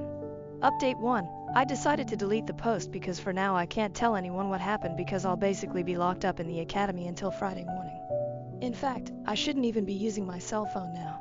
Someone with too much free time shared the situation in that sub of step-parents to warn my SM. I have screenshots of everything, including a video showing that it is her email and showing the comments. If she sees that post, what will she do? Delete the account? I already have the proof. But I don't want my siblings to find out before I tell them, and I know that those types of posts usually end up in those TikTok that re-upload posts without permission, so I prefer to delete the post so that it doesn't stand out even more. Although my siblings don't use Reddit or that kind of content. I'm going to post again in that sub when I talk about everything with my family, so I hope Redditors know how to keep the secret of the post for now. I know they won't, ha ha ha. Being a stepmom is hard. Yes, one thing is feeling that you're having a hard time, and another totally different thing is making a post saying that you hate it when your stepdaughter is around her father because you think she's going to fuck him. TF. It is not the same to say being a step-parent is stressful, than to say honestly learning SL is unnecessary. BC when the girl turns 18 I will not see her again. It is a waste of time since she can read lips. Also, some people complained about me hugging my dad. I also took a nap hugging my mother or my siblings. I'm sorry for having a family that loves me and are not perverts who see a hug as something sexual. Probably next week I will be able to maybe give an update. The academy keeps me working almost all day. Comments. Comment 1. It's already on TikTok. That's how I found this post. OP. I hope that for now it does not appear in my siblings' FYP. Comment 2. As soon as it's posted on Boru, it's on TikTok. Update 2. Hi. For now I'm going to post this little update here since I haven't spoken to my father yet, but I spoke with my siblings and mom. I told my dad that I was staying at a friend's house when I left the academy, but I actually went to my mom's house and told her everything. She doesn't even know what Reddit is. That site isn't used too much here, but I translated the comments and posts for her. I showed her the videos and my mom was furious. I explained to her that in the comments BM it's Madre Biologica. I was confused about it too the first time I read that, also with SM. So my SM also made comments and posts complaining about my mother, being that they have always had a cordial treatment. But still my SM was lying, saying that my mother was troublesome. No one in the comments said anything. Everyone supported her and they recommended that she should move far away with her legal family, far away from the problematic BM and kids. First we told my brother, who was also upset and said that she was a fake, but that he has seen her ignore my sister and pretend that she does not see or hear her a lot of times. He explained that, like me, it also seems strange to him that SM has not yet learned sign language. My siblings spend a lot of time at my father's house. Just like English or Spanish, sign language is much easier to learn if you live with someone who uses it every day. Therefore it is strange that SM doesn't use it. He said that even my father has offered to pay for her classes, but she says she doesn't have time. We asked him if he noticed any other behavior of that kind, and he said that SM doesn't let him take care of our younger brother, which she also does with me, but curiously she does let our sister take care of him, so I don't understand that. Other than that, she's never treated him badly or anything like that. At the time of telling my sister she was the most hurt, she cried, especially because of SM's comments towards me, calling me a whore. It's kind of ironic how the comments towards her affected me and the comments towards me affected her. Haha. Something that my sister noticed that I didn't is that almost all of SM's comments are criticizing me, my sister, and even my mother. But my brother, she has only criticized sleepovers or when he comes back late from being with his friends. But she has criticized my and my sister's clothes, made up things about my life, confessed that she hates it when we hug our father. She said we're too clingy, she talked badly about my mother, etc. My sister said it's sexist and maybe she's got some mental problem. My sister said she always believed SM didn't really hear her and she maybe wasn't speaking well and didn't understand her. I think that's the shittiest thing of all. My sister's greatest pride is being able to pronounce some words no matter how short they are or if they sound like noise for some people. We understand her, but SM made her feel insecure every time she ignored her. I know that my sister always justified that by believing that it was her mistake and that SM made an effort to learn, but it was simply more difficult for her. But now we know that no, she was never interested in learning. I'm getting mad again as I write this, sorry. My mother said she was going to talk to both of them, mainly because even though it's an anonymous site, SM's way of expressing herself is sick and she's not going to let my siblings be around someone like that. Oh, but she's venting. Being a stepmom is lonely. I received comments like that. It's not the same to say I feel lonely and I feel stressed, than to say my stepdaughter behaves like a slut, just because me and my minor sister uses a bikini for the pool. Her account is old. She's been leaving comments like that for years. With lies, with complaints we never heard before. It's just messed up. We arranged that we're going to tell our father all together and show him everything, so we're probably going to tell him tomorrow because I need to leave for the academy on Monday. My SM account has not been deleted. It's crazy how she makes things up to get approval from strangers. At this point, I don't even know if she's crazy or a mythomaniac. I would like to go back to her email since the password is saved, but I don't know if she will receive a notification of that because this time I closed the account. Update 3. We talked to my father over the weekend. For now he is staying at my mother's house. It is a complicated situation since in the middle of everything is my half-sibling too. During the weekend I went to my father's house and the first thing I did was tell my stepmom separately that I've seen her Reddit account and I'm going to talk about it with my dad. She told me that I can't condemn her for something she uses as an intimate diary, but I told her that this is not a diary. It is a social network where she makes her problems and lies public. If someone other than me discovered her account, then what was going to happen? Were they going to believe all the things she invented? If her identity was revealed on that account by someone else, I would have too many problems and could even be kicked out of the academy. Again, there's a big difference between saying I'm stressed and my stepdaughters behave like sluts around their father. I simply told her that my mother and sister also know it and would come to talk about it too. She, for obvious reasons, just went to lock herself in her room, not wanting to talk with me. Once we talked to my father, I showed him most of the posts and comments. There were so many crazy comments that I think it would take me too long to read them all because they were just so long too. She's that kind of people who comments the bio of their lives in the posts of other people. My father got angry. My SM never expressed having a single problem with us like that. The situation would be different if we knew what she thinks about us. My father went to look for my SM, who refused to talk about it and was mostly angry with me for violating her privacy. My father told her that she's insane for thinking that my sister and I sexually provoked him, that he can't believe the way she talks about my sister and the happiness she expresses every time my sister goes to the hospital and is not home, how she expresses to be counting the days until my sibling stops going to the house forever. My father told her that she knew that he's a father and that he would never leave us aside. She made her decision, and even so, instead of talking about her problems, she decided to create an account to play at being a victim. She said she needs a place to vent, but he told her that venting is not the same as telling lies. Venting is not the same as hating your stepdaughters and talking horrible things about them, and she could have spoken about it and not just lied. They argued a lot, but it didn't get anywhere because she kept defending herself, and my father only told her that it was over. My mother told my father that she is not going to let my sister and brother be around a woman who is clearly mentally unstable because no normal person thinks like that. After arguing too much and even trying to make SM understand that what she did is wrong, she just justified herself all the time.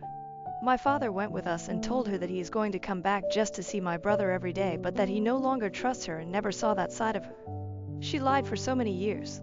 Nothing really went as I expected because I expected her to be more mature. I think I at least hoped that she could apologize, but I think she doesn't even think that what she did is wrong. In her mind, everything was totally justified because being a stepmother is difficult, but nothing justifies her being so cruel and poisonous. But yeah, that's what happened. I think it's hurtful to know that someone can hide that much darkness inside. I wasn't too close with her, but I liked her, to the point of sharing my clothes and things with her, so I also feel sad about it. Mostly for my dad. Comments. Comment 1. Wow. Just wow. You think you know someone and then 1 second, bam! I am so sorry you and your family are dealing with this. SM is off her rocker. Does she need constant attention and approval? She needs therapy and most likely the whole family because this is a traumatic event and major trust issues are now forming. Stay well, stay strong. OP. Comment 2. I am happy that your father stood up for you all. I got kicked out of step-parent Reddit because it was clear that some step-parents were unhinged and hated their step-kids with a passion. OP. Yeah, I even had to delete the first post because I was told that someone had made a post in that sub to alert my SM. Am I the asshole for feeling suspicious after finding condoms in my boyfriend's toiletry bag? This morning, I was helping my 25 boyfriend, 23, get ready for work. He asked me to grab his toothbrush and toothpaste out of his toiletry bag. He has one of those electric toothbrushes with the detachable head, and I couldn't find the head. So I opened up another pocket to look for it. I found condoms, a lot of them. He was given this toiletry bag for Christmas before he left on a 3-month trip to visit family in Europe. He acted surprised, like he didn't know they were in there, and took them out immediately. He acted like he didn't know that pocket existed. I'd give him the benefit of the doubt, but at some point these condoms were packed in his bag over the past 6 months.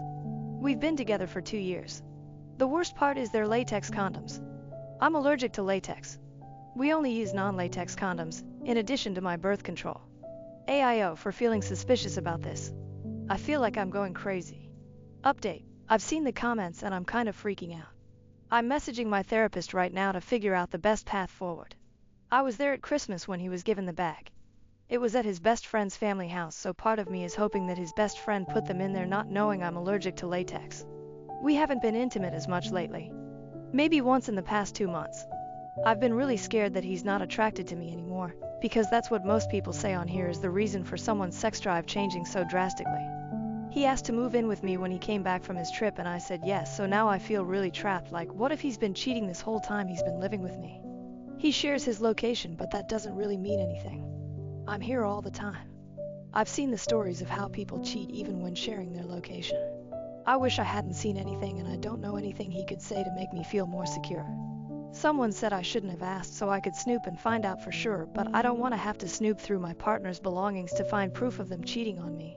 A relationship without trust is dead. We're supposed to talk later and I'll update afterwards. Everyone is so sure he's cheating, and I really hope he's not, because I don't think I'll be able to handle it if he is. I'm already struggling with my mental health as is. Additional information from OP on why she was in therapy. OP, I'm in therapy because I have CPTSD. I am a survivor of attempted murder at the hands of my biological father, sexual assault and abuse. I am in therapy because my diagnosis is something I will have to live with for the remainder of my life, because I have experienced severe trauma, and because I have no intention of letting it ruin my life and relationships with those I love. I'm also not the one turning down sex. I'm the one that's been attempting to initiate. I messaged my therapist because I have a tendency to push people away to protect myself as a result of my history with abuse. My therapist warned me at the start of this current relationship about self-sabotage and reading too much into things. I texted her because I was unsure of whether or not I'm overreacting, because sometimes, like any other human, I need advice. I came on here while I was waiting for her to respond. I don't expect people on Reddit to be informed on the details of my life and relationship to be able to have the full picture. Thank you for the diagnosis, assumptions, and empathy. Update 1. I definitely was not expecting to see over 1,000 comments on my post. This update is long to address everyone's concerns in the previous post. Thank you to the people who sent me kind messages to check on me. I'm not sure what the people who sent me messages trying to fuck me were expecting aside from getting blocked. That being said, I did have a conversation with my boyfriend last night. I was always planning on having an in-depth conversation about what I had found, but there was nothing I could do about it while he was at work. I texted my therapist because I could tell I was starting to spiral, and posted on here while I was waiting for her response, which I think was a mistake, if I'm being honest. Although the majority of the comments were supportive, it's impossible for y'all to have as full of a picture as my therapist does, and I should have just waited for her to respond to me instead of coming on here. The massive amount of comments was very overwhelming. However, I do think that posting did help me feel more secure in thinking it was suspicious and enabled me to be more assertive when we talked. I appreciate all the comments telling me I was not overreacting. He never said I was, but his nonchalant response certainly made me feel that way. I appreciate the thought-out comments encouraging me to have a conversation with him and giving me genuine advice for it. The second conversation went better. I didn't accuse him of anything. I pretty much just said that finding non-latex condoms in addition to the lack of intimacy I'd been receiving was making me feel confused and upset. I asked him where the condoms came from. His older brother gave them to him while he was in Europe. To prevent confusion, I'm going to use fake names from here on out. My boyfriend is Theo. His oldest brother is Alvin. His other brother is Simon. Yes, like the Chipmunks. I couldn't think of other names for three brothers. Sorry. Theo hadn't met his mother's side of the family, including his mother, grandmother, aunt and older siblings, until his trip. The entire purpose was to get to know his family. He spent half with his aunt, grandma, brothers, and cousin in Spain. The other half of the trip he spent with his mother in the middle of nowhere in Portugal helping her open a kiosk. It was not a sightseeing trip. He didn't get to see any big monuments or go to major cities. I was not able to come because I'm in school and work full-time, and it wasn't worth it for me to just come for a week during the spring break. I also thought it was important for him to enjoy his one-on-one time with his mom since he was separated from her when he was an infant. His brothers are very different people. Simon seems well adjusted with a long-term girlfriend. He spent a lot of time with Simon and his girlfriend, who was the only one there fluent in English and helped him translate when his Spanish fell short. His oldest brother, the 30-year-old who gave him the condoms, Alvin, has been in and out of prison for a majority of his life. I guess Spain has some weird laws around squatting, so whenever he gets out of prison the dude just claims abandoned property and fixes it up to live in, because I guess the government would have to provide him housing if they kicked him out. Anyways, while Theo was on the trip, he called and texted me every day. He told me about Alvin obnoxiously catcalling girls when they'd all walk down the street, and how Alvin had tried to get both him and Simon to go to an orgy with him despite both of them having girlfriends. Theo was very clear about having a girlfriend. He carries around a picture of me in his wallet, and his aunt said he talked about me a lot while he was there.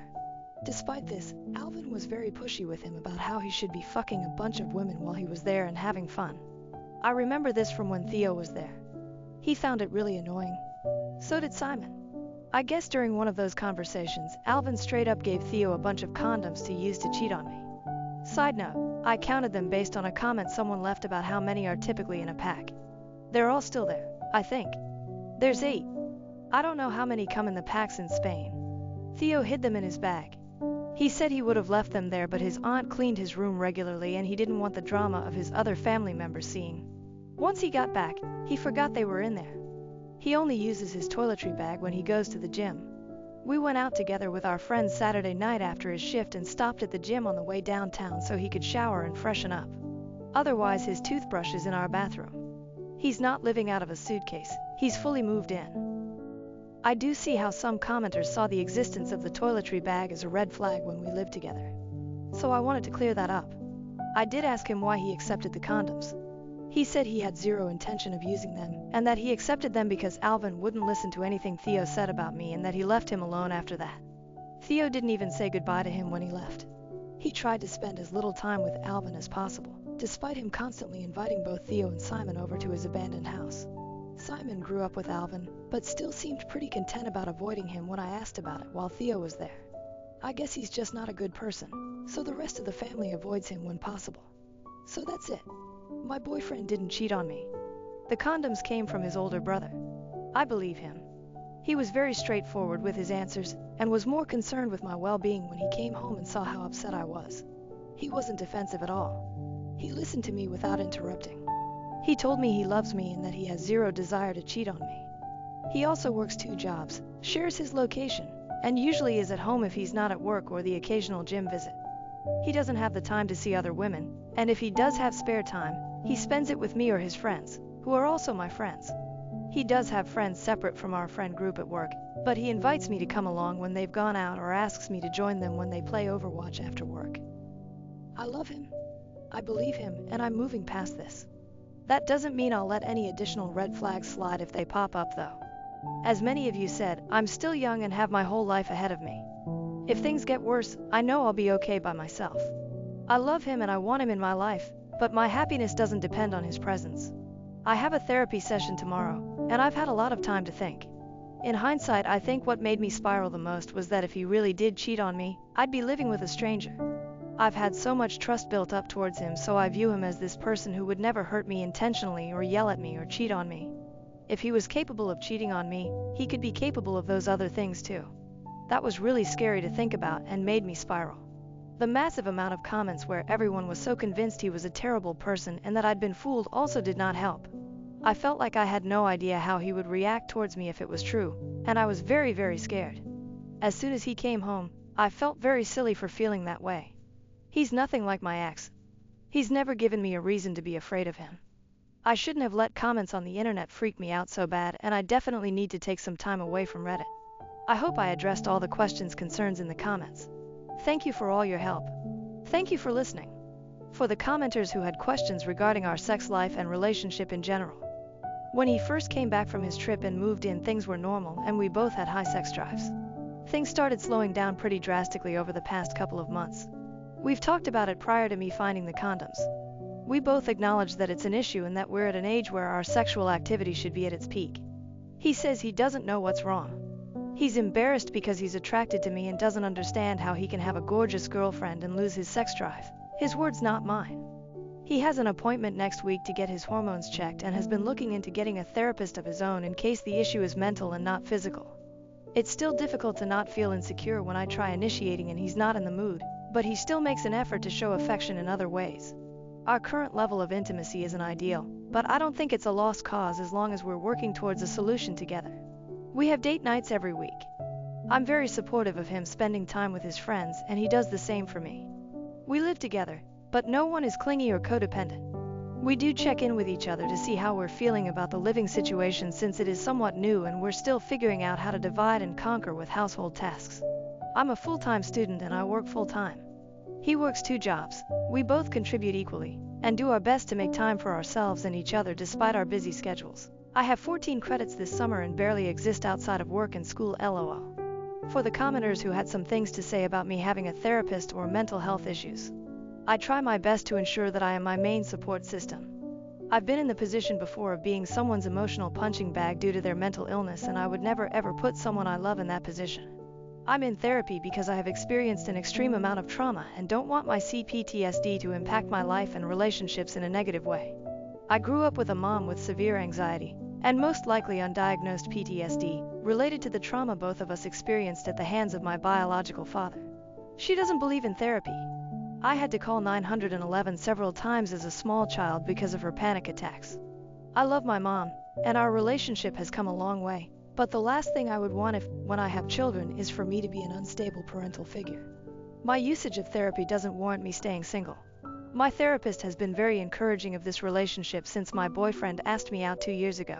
I had gotten out of an incredibly abusive and toxic relationship the year prior, and had zero intention of getting into another serious relationship anytime soon.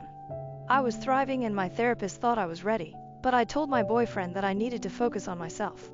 We took things slow. He was respectful and patient every step of the way until I was ready. He has never raised his voice at me or even cussed at me. He's a very caring partner. I think his love language is based on quality time and acts of service. He's not great with words, but he tries. He can be a bit emotionally distant at times and not know exactly what to say when I'm upset, but that doesn't prevent him from being there and giving me a hug when I need it.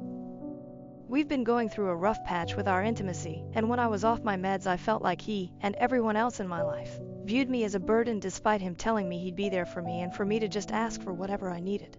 He's told me many times that he's still attracted to me and that it has nothing to do with me, but when I was feeling low, I kind of let my past trauma impact how I felt about myself. Being repeatedly sexually assaulted kind of made me feel like my worth is based on my sexuality. So having a boyfriend who isn't all over me anymore made me feel like there was something wrong with me. Like if I'm trying to initiate and am available and the person who loves me doesn't want it, but someone else was willing to violently take it from me when I didn't want it. What does that say about me? I know that's not rational, and I've talked a lot about it in therapy, but it is something that I struggle with sometimes. I posted on here during a low time with my depression because I needed to vent and didn't want to burden anyone I knew with my irrational negativity. Depression is weird, especially after years of therapy. When I'm at my lowest, the intrusive thoughts are overwhelming, but deep down I know they're irrational and that they'll eventually pass, even if it doesn't feel like it on the surface level. I know some of the things I said then were concerning, but I really wasn't in any danger. There's a lot of things I want to accomplish in my life, and I know I'm capable of them even if it does feel hopeless sometimes. I know I have people in my life who love me. I just have a hard time reaching out for help when I need it and need to be better at letting people be there for me. My mom raised me to be really self-sufficient, and she's also got a lot on her plate with my dad being sick, so I don't want to bother her and make her spiral more than she already is. I've been set back a lot with my education because of all the stuff I've been going through, but I know I have a bright future and that I should be proud of myself for making it this far. I am back on medication and am increasing the frequency of my therapy appointments from once a month to every other week. I was doing well before I went off my meds, so I'm doing my best to get back on track. Sorry for rambling. I know I don't owe anyone an explanation of my mental health here, but I know some people were worried. I'm okay. I'm going to be okay, with or without my boyfriend. My mental illness does not prevent me from being a loving and supportive friend and partner. Using therapy doesn't make me a weak person incapable of standing up for myself and making decisions. Update 2. I'm low-key regretting posting an update at all. I don't know why the opinions of strangers bother me, but it's kind of annoying that so many people didn't read the entire thing and just said I wrote all that to convince myself. I wrote that a full 24 hours after I had my conversation with him and debated posting anything at all because I figured people would be convinced he cheated regardless of anything I had to say. It's detailed because so many people had different things to say about different parts of my original post. I thought if I just posted his brother gave him the condoms, people would say that was a vague answer. Of course it feels like a complex story to someone who never heard about his trip, but the only thing I didn't already know was that his brother had given him condoms. His trip was a shit show. He was on the phone with me every single day telling me about it and fell asleep on the phone with me 99% of the time. He wasn't going out at night, he wasn't partying. Half his trip he spent with his estranged mother and her crazy racist abusive boyfriend who kept accusing him of stealing and saying wild shit about how he couldn't believe my boyfriend would sleep with an *****er like me. I had to talk him down on the phone to keep him from freaking out and endangering himself because he had no way of getting home if his mom's boyfriend kicked him out. He already got abandoned in a random town in Portugal by them for like a full day and a half at one point. I'm not surprised the condom slipped his mind. If he hadn't maintained constant communication with me while he was there, I'd be more suspicious. If he hadn't told me about all the other crazy shit his brother pulled while he was there, I'd be more suspicious. If he had gotten defensive at all, I'd be suspicious. He didn't lie to me. He didn't know they were there. The bag has a million pockets and he only really uses one of them. The pocket seemed empty from the outside. He forgot he stashed them there. People seem so sure that I'm this naive, spineless person when I'm not. If you'd read what I said about my mental health, you would know I already have a tendency to be hyper-vigilant about red flags and be avoidant to protect myself. I don't like being vulnerable.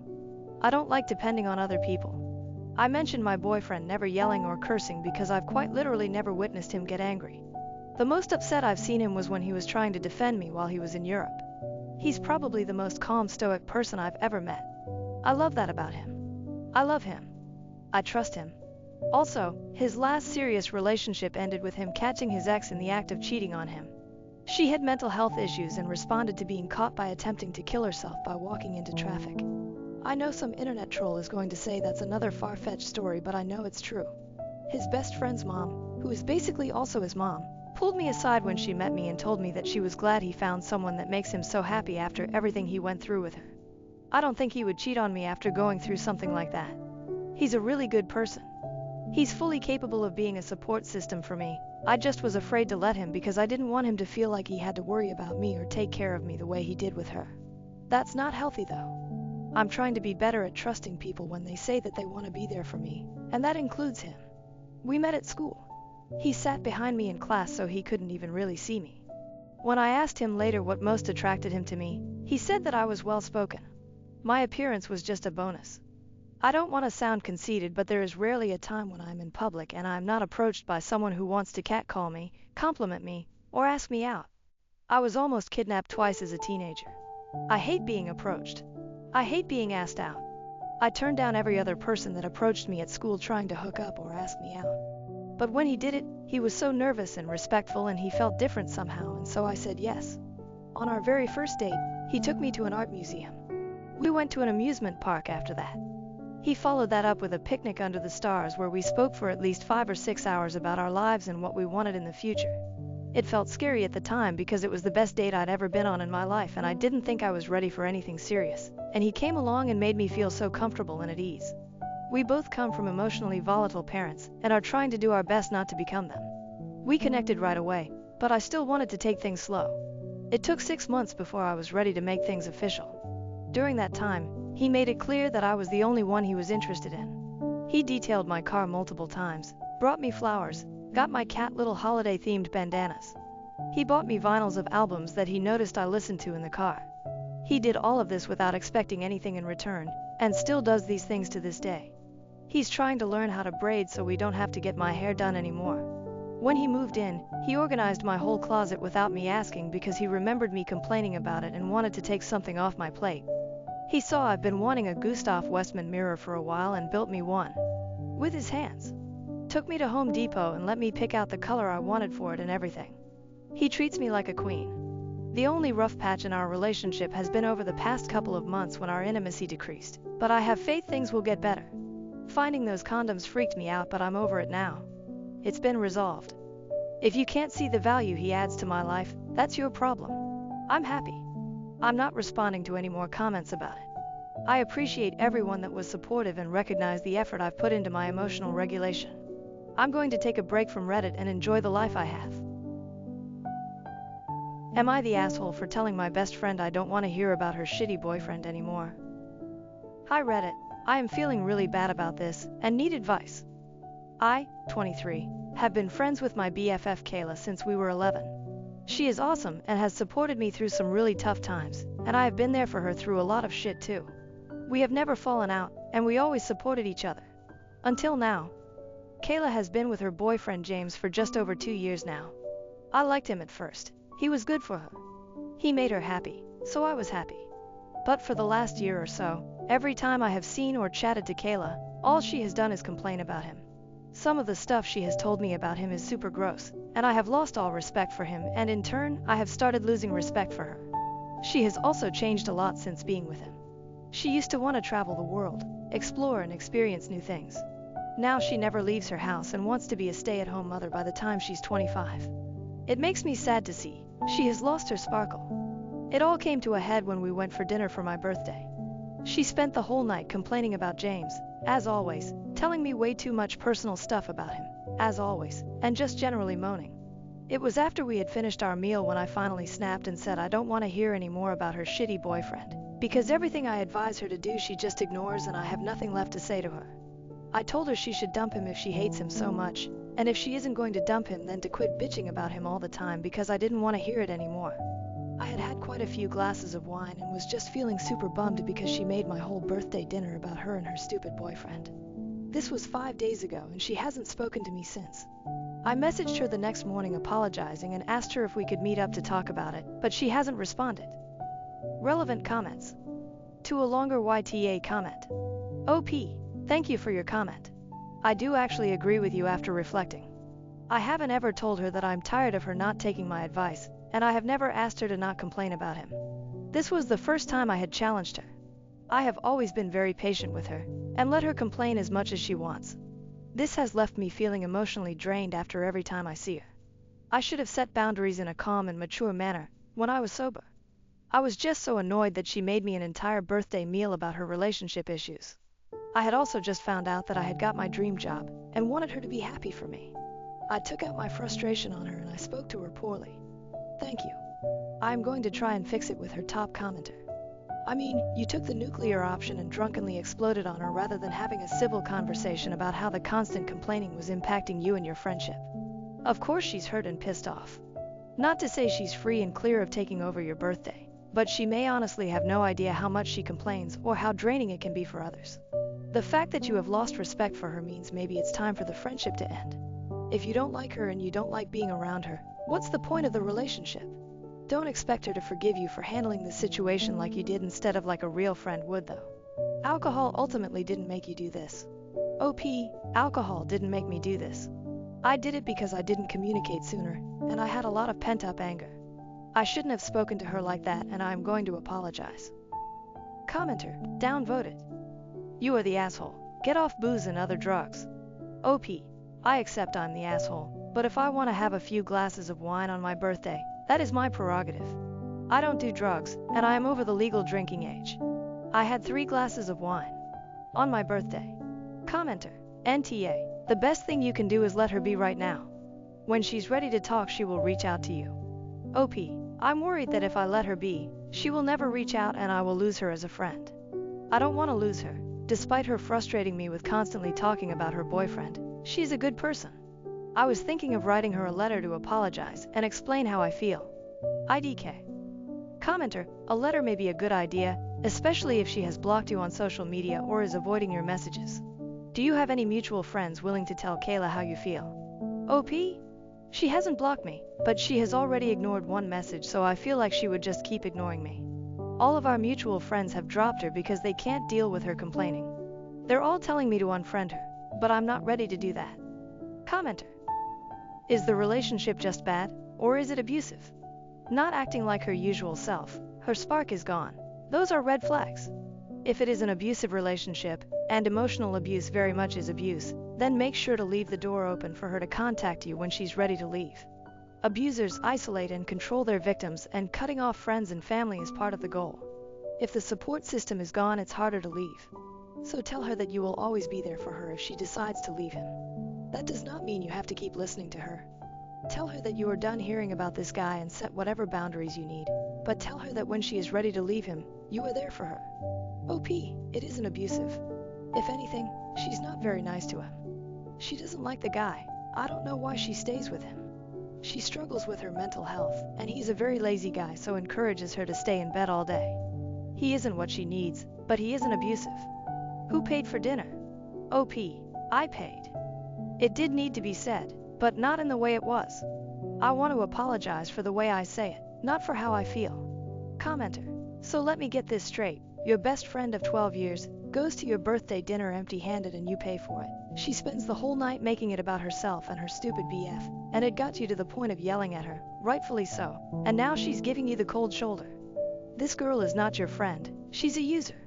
This is not a friendship worth having. IDC what financial situation is, if it's your BFF birthday, you make it work. It's not about money, it's about effort. If she truly couldn't afford to go out, then she could have made you dinner and a birthday cake and bought a $2 bottle of wine. OP, yeah, I guess that's true. I told her not to get me anything because she's broke. I wasn't expecting anything, but I was expecting her to at least ask me how I am, instead of just talking about her boyfriend. IDK Update 1. Edit. Thank you all for your comments.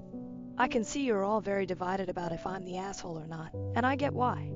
I have accepted that I am the asshole for going nuclear when drunk, and I know I should have spoken to her in a mature and calm manner way earlier than I did. She shouldn't have ruined my birthday dinner, but she is struggling. She didn't deserve to be spoken to like that. I have decided to write her a letter apologizing for the way I spoke to her. I am going to write, very nicely, that I still stand by what I said and that I love her, but hearing her complain repeatedly about the same issue without taking advice is very draining. I'm going to tell her I want to still be friends and that I don't want this to ruin our friendship. I will also recommend she goes back to therapy. She had a therapist in high school but ghosted her. If she then reads my letter and decides to end the friendship, then that is up to her. I will be sad, but everything happens for a reason. Right. Update 2. Firstly, thank you so much for everyone who commented and messaged me. Nice or not, it was great to get everyone's opinion. So I wrote Kayla a letter, like I said I was going to in my edit. It felt very formal and weird to do, but for some reason doing it over text felt wrong. I wanted her to know I'm sincere. I said that I love her, and I value our friendship extensively and apologized for the way I spoke to her. I said alcohol wasn't to blame. I was. I spoke to her like an asshole and she didn't deserve it. I wrote that I have felt frustrated about the situation for a long time now, because it upset me seeing her so frustrated and upset all the time with the person who is supposed to cherish and respect her the most.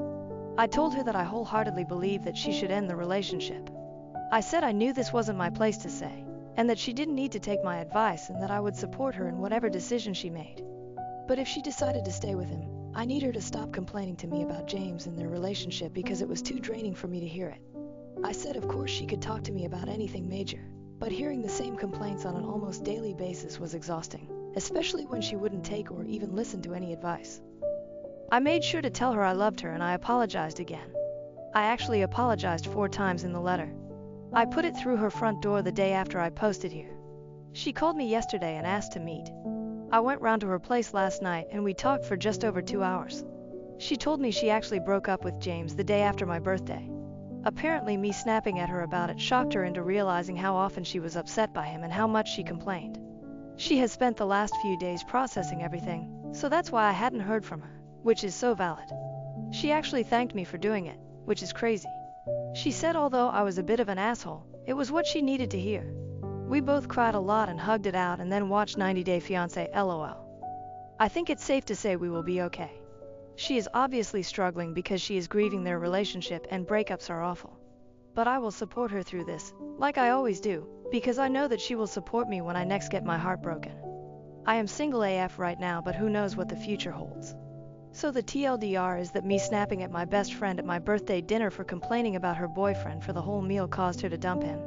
I didn't lose the friendship, I actually got my best friend back. I can't wait to support her while she finds herself again. Thank you all again, have a great day everyone. A stranger on the internet messaged me to let me know that my boyfriend and I are all over a couple swapping site. Throwaway, because all of my friends know my main goal. And I'm sorry if the grammar in this post is all over the place. It's late here and I'm kind of freaking out. For the sake of privacy I'm going to call my BF Ryan, and the guy who messaged me Craig. Background: been with Ryan for 6 months, the relationship is fun and great. Now let's just get straight to it. I was browsing social media before bed when Facebook alerted me that a non-friend was requesting to send me a message. Curious, I opened it and was greeted with a shock. He stopped replying after my second question. Craig. So, heard that you two are into couple swapping, etc. LOL me. What? Craig, y'all are all over a site for that. Not trying to be a creep at all or odd about it. This would be our first time doing anything like that. Me, can you send me screenshots of that stuff? Sorry if I sound rude. I don't think you're creepy. It's just that as far as I know my partner and I aren't on any sites for swapping or anything else sexual. Ryan isn't picking up his phone. It's late. I think that someone might have taken our images and put them on some sort of sexual meetup website, and I have no clue what the etc. entailed. And since we were contacted by a man in his 30s, the site must say that we're older than the 18-19-year-old kids we are. I'm also scared because Craig's profile says that he is from the same city that Ryan and I are from, so whatever site we're on has our relative location on it. Maybe Ryan has something to do with it. I want to know how I should proceed from here. Please help. A stranger approached me for a couples swap and alerted me to the fact that my BF and I are all over a swinger site. I don't know how to proceed. Update 1. So after posting this last night I was exhausted and fell asleep. Craig messaged me again a half hour ago and then stopped responding. I'm hoping for screenshots soon. Craig. Sorry I was asleep. I'll try to find that stuff. My wife and I deleted our profile. Me. Yeah, sorry about this mess. IDK how this could happen unless there were bots or my BF was trying to cheat on me. Craig. No, he wasn't trying to cheat. The profiles had both of you. At this point, I'm afraid it's Ryan. I don't want it to be. He won't answer my text. Update 2. Thank you to everyone who has responded. Something I didn't make clear in the original post is that the first message from Craig was from early January. I hadn't seen it until last night because my Facebook settings have it so I only get alerted to messages from people who aren't my friends, nor have I been given permission to talk to me when I'm in the app or on the website. Last night was the first time I had gone on Facebook in about a month. At this point I'm just waiting to hear back from Ryan still. I'm leaning towards Craig as just some creep, but Ryan's silence is becoming increasingly worrying. I still am going to check swinger sites to make sure none of my pictures are being used. I will update again when this is all figured out. Relevant comments. Comment 1. As a couple that regularly participate in swinging sites, this kind of shit is incredibly common. A guy derives pleasure from sexual chat and fantasizes about either participating in threesomes or engaging in partner swapping. So he'll create a profile without his SO's knowledge and pretend to be swingers so he can chat with real swingers. It's incredibly frustrating as real swingers, and incredibly common. They are pretty easy to figure out after some experience also. The way it normally happens is we start chatting with a couple. After a couple days, we realize that we have only communicated with the male half. We ask for the two women to voice verify via phone or Skype so we know both couples are who they say they are. Dude ghosts or deflects back to sex talk. Reverse image search often leads to their FB profiles, or searching their email, or their names and location. Regardless, it's easy enough to find them since most guys that do this aren't exactly careful. At that point, a decision is made. Either we're pissed off enough at the dude that we'll contact his SO over FB and rat him out, or we just make a note and move on. We actually busted my cousin's best friend's fiance doing this. Tracked down the asshole's FB profile, found he was a mutual friend with our cousin, and then found he was engaged to cousin's best friend. As we suspected, she didn't know he was doing this. So as a couple who have been on the other end of this, we're leaning towards your BF being an asshole rather than this being a scam. OP. How should I approach him about this? I don't have any evidence besides the messages from Craig. Comment 2. It is difficult. He has the trusty fallback that real swingers keep in our pocket if anyone were to stumble across our profile on a site. Oh shit, someone stole our pics and made a fake profile. And yeah, it never happens. If people steal pics, it's not vanilla pics from Facebook.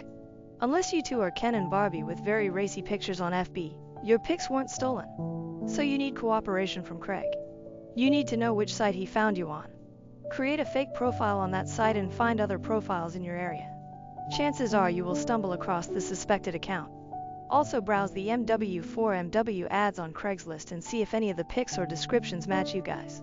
But really, without Craig's help, there's nothing you can do besides snooping on internet history on all PCs and phones. Hopefully Craig will cooperate. Swingers are big on honesty and consent. It's what differentiates us from cheaters. So hopefully he'll give you the details out of a sense of morality. There is always the chance that this is an innocent mistake. Maybe he tracked down the wrong person by mistake. But honestly, we've lived this exact scenario 3 times in the past year alone. It's very, very common for men to catfish couples. When we were new in the lifestyle and didn't know any better, we even had a few "my wife can't make it tonight. Do you mind if it's just the 3 of us?" attempts. OP. Yeah, none of my pictures on Facebook even show my body in any capacity. Only my face. Comment 3. Without evidence, all you can do is tell your BF what happened and gauge his response. Without assistance from Craig, you have nothing to go on. I just hope your BF doesn't have nudes of you, because we've been sent countless nudes of wives and girlfriends by catfishing husbands, boyfriends. I really hope for your sake that I'm wrong and this is just a case of mistaken identity. Maybe we're just sour because it's happened to us so many times. I really hope so for your sake. But the circumstances sound just a bit too familiar. Final update. Thank you so much again. All of y'all have made this day easier. Also, I want to mention that I hope I never came across as shaming the swinging community. All of y'all from that community were so kind and helpful, and my problem with all of this wasn't that the concept of swinging was scary, just the fact that my information and photos were being used without my knowledge. So let's get to it. Ryan ended up texting me that he wanted to see me. I got a bad vibe, so I asked him to call me instead. You all were right. It was him. Apparently the fantasy of swinging was a special kink for him and he used those sites to masturbate. I couldn't find the profiles on any sites because he had listed our ages as 23/24 and I had been searching for couples 18-19s. Craig couldn't find our information because when Ryan received my text last night he went into damage control mode and deleted everything. He had used inappropriate photos of me to lure people into chatting with him. I'm young and relatively attractive, so I guess I was a good bet. I threatened to call and tell my dad, who is a sheriff, about all of this if he doesn't take down all of it. I'm meeting him at a coffee shop tomorrow to look through his phone and laptop to ensure all my photos are gone. Needless to say, we're done. Craig said he was sorry and that he didn't want to speak with me ever again. And that him and his wife only were interested in swinging because they thought Ryan and I were hot. I still don't know how the fuck he found me on Facebook, and he stopped responding. So I blocked him. Today was kind of a shit day. Relevant comments. Comment 1. OP. I read your updates, and I am so sorry that this has happened to you. Needless to say that I think it was very good that you so firmly decided to not give him another chance. I just feel that I have to say one more thing. I would tell your dad anyway. Even if Ryan shows you an empty phone and an empty laptop, you have no idea if he's made a backup somewhere, an extra hard drive or a cloud service. Besides, your photos were out on the internet for God knows how long. There's a big chance that someone else have these photos on their computer now. There's a reason why posting images of unknowing participants is illegal. I recommend that you tell your dad and report Ryan OP. Yeah, I'll definitely talk to my dad. It's going to be an awkward conversation, but you're right. Ryan did something terrible to me, and who knows who else he's stolen photos from.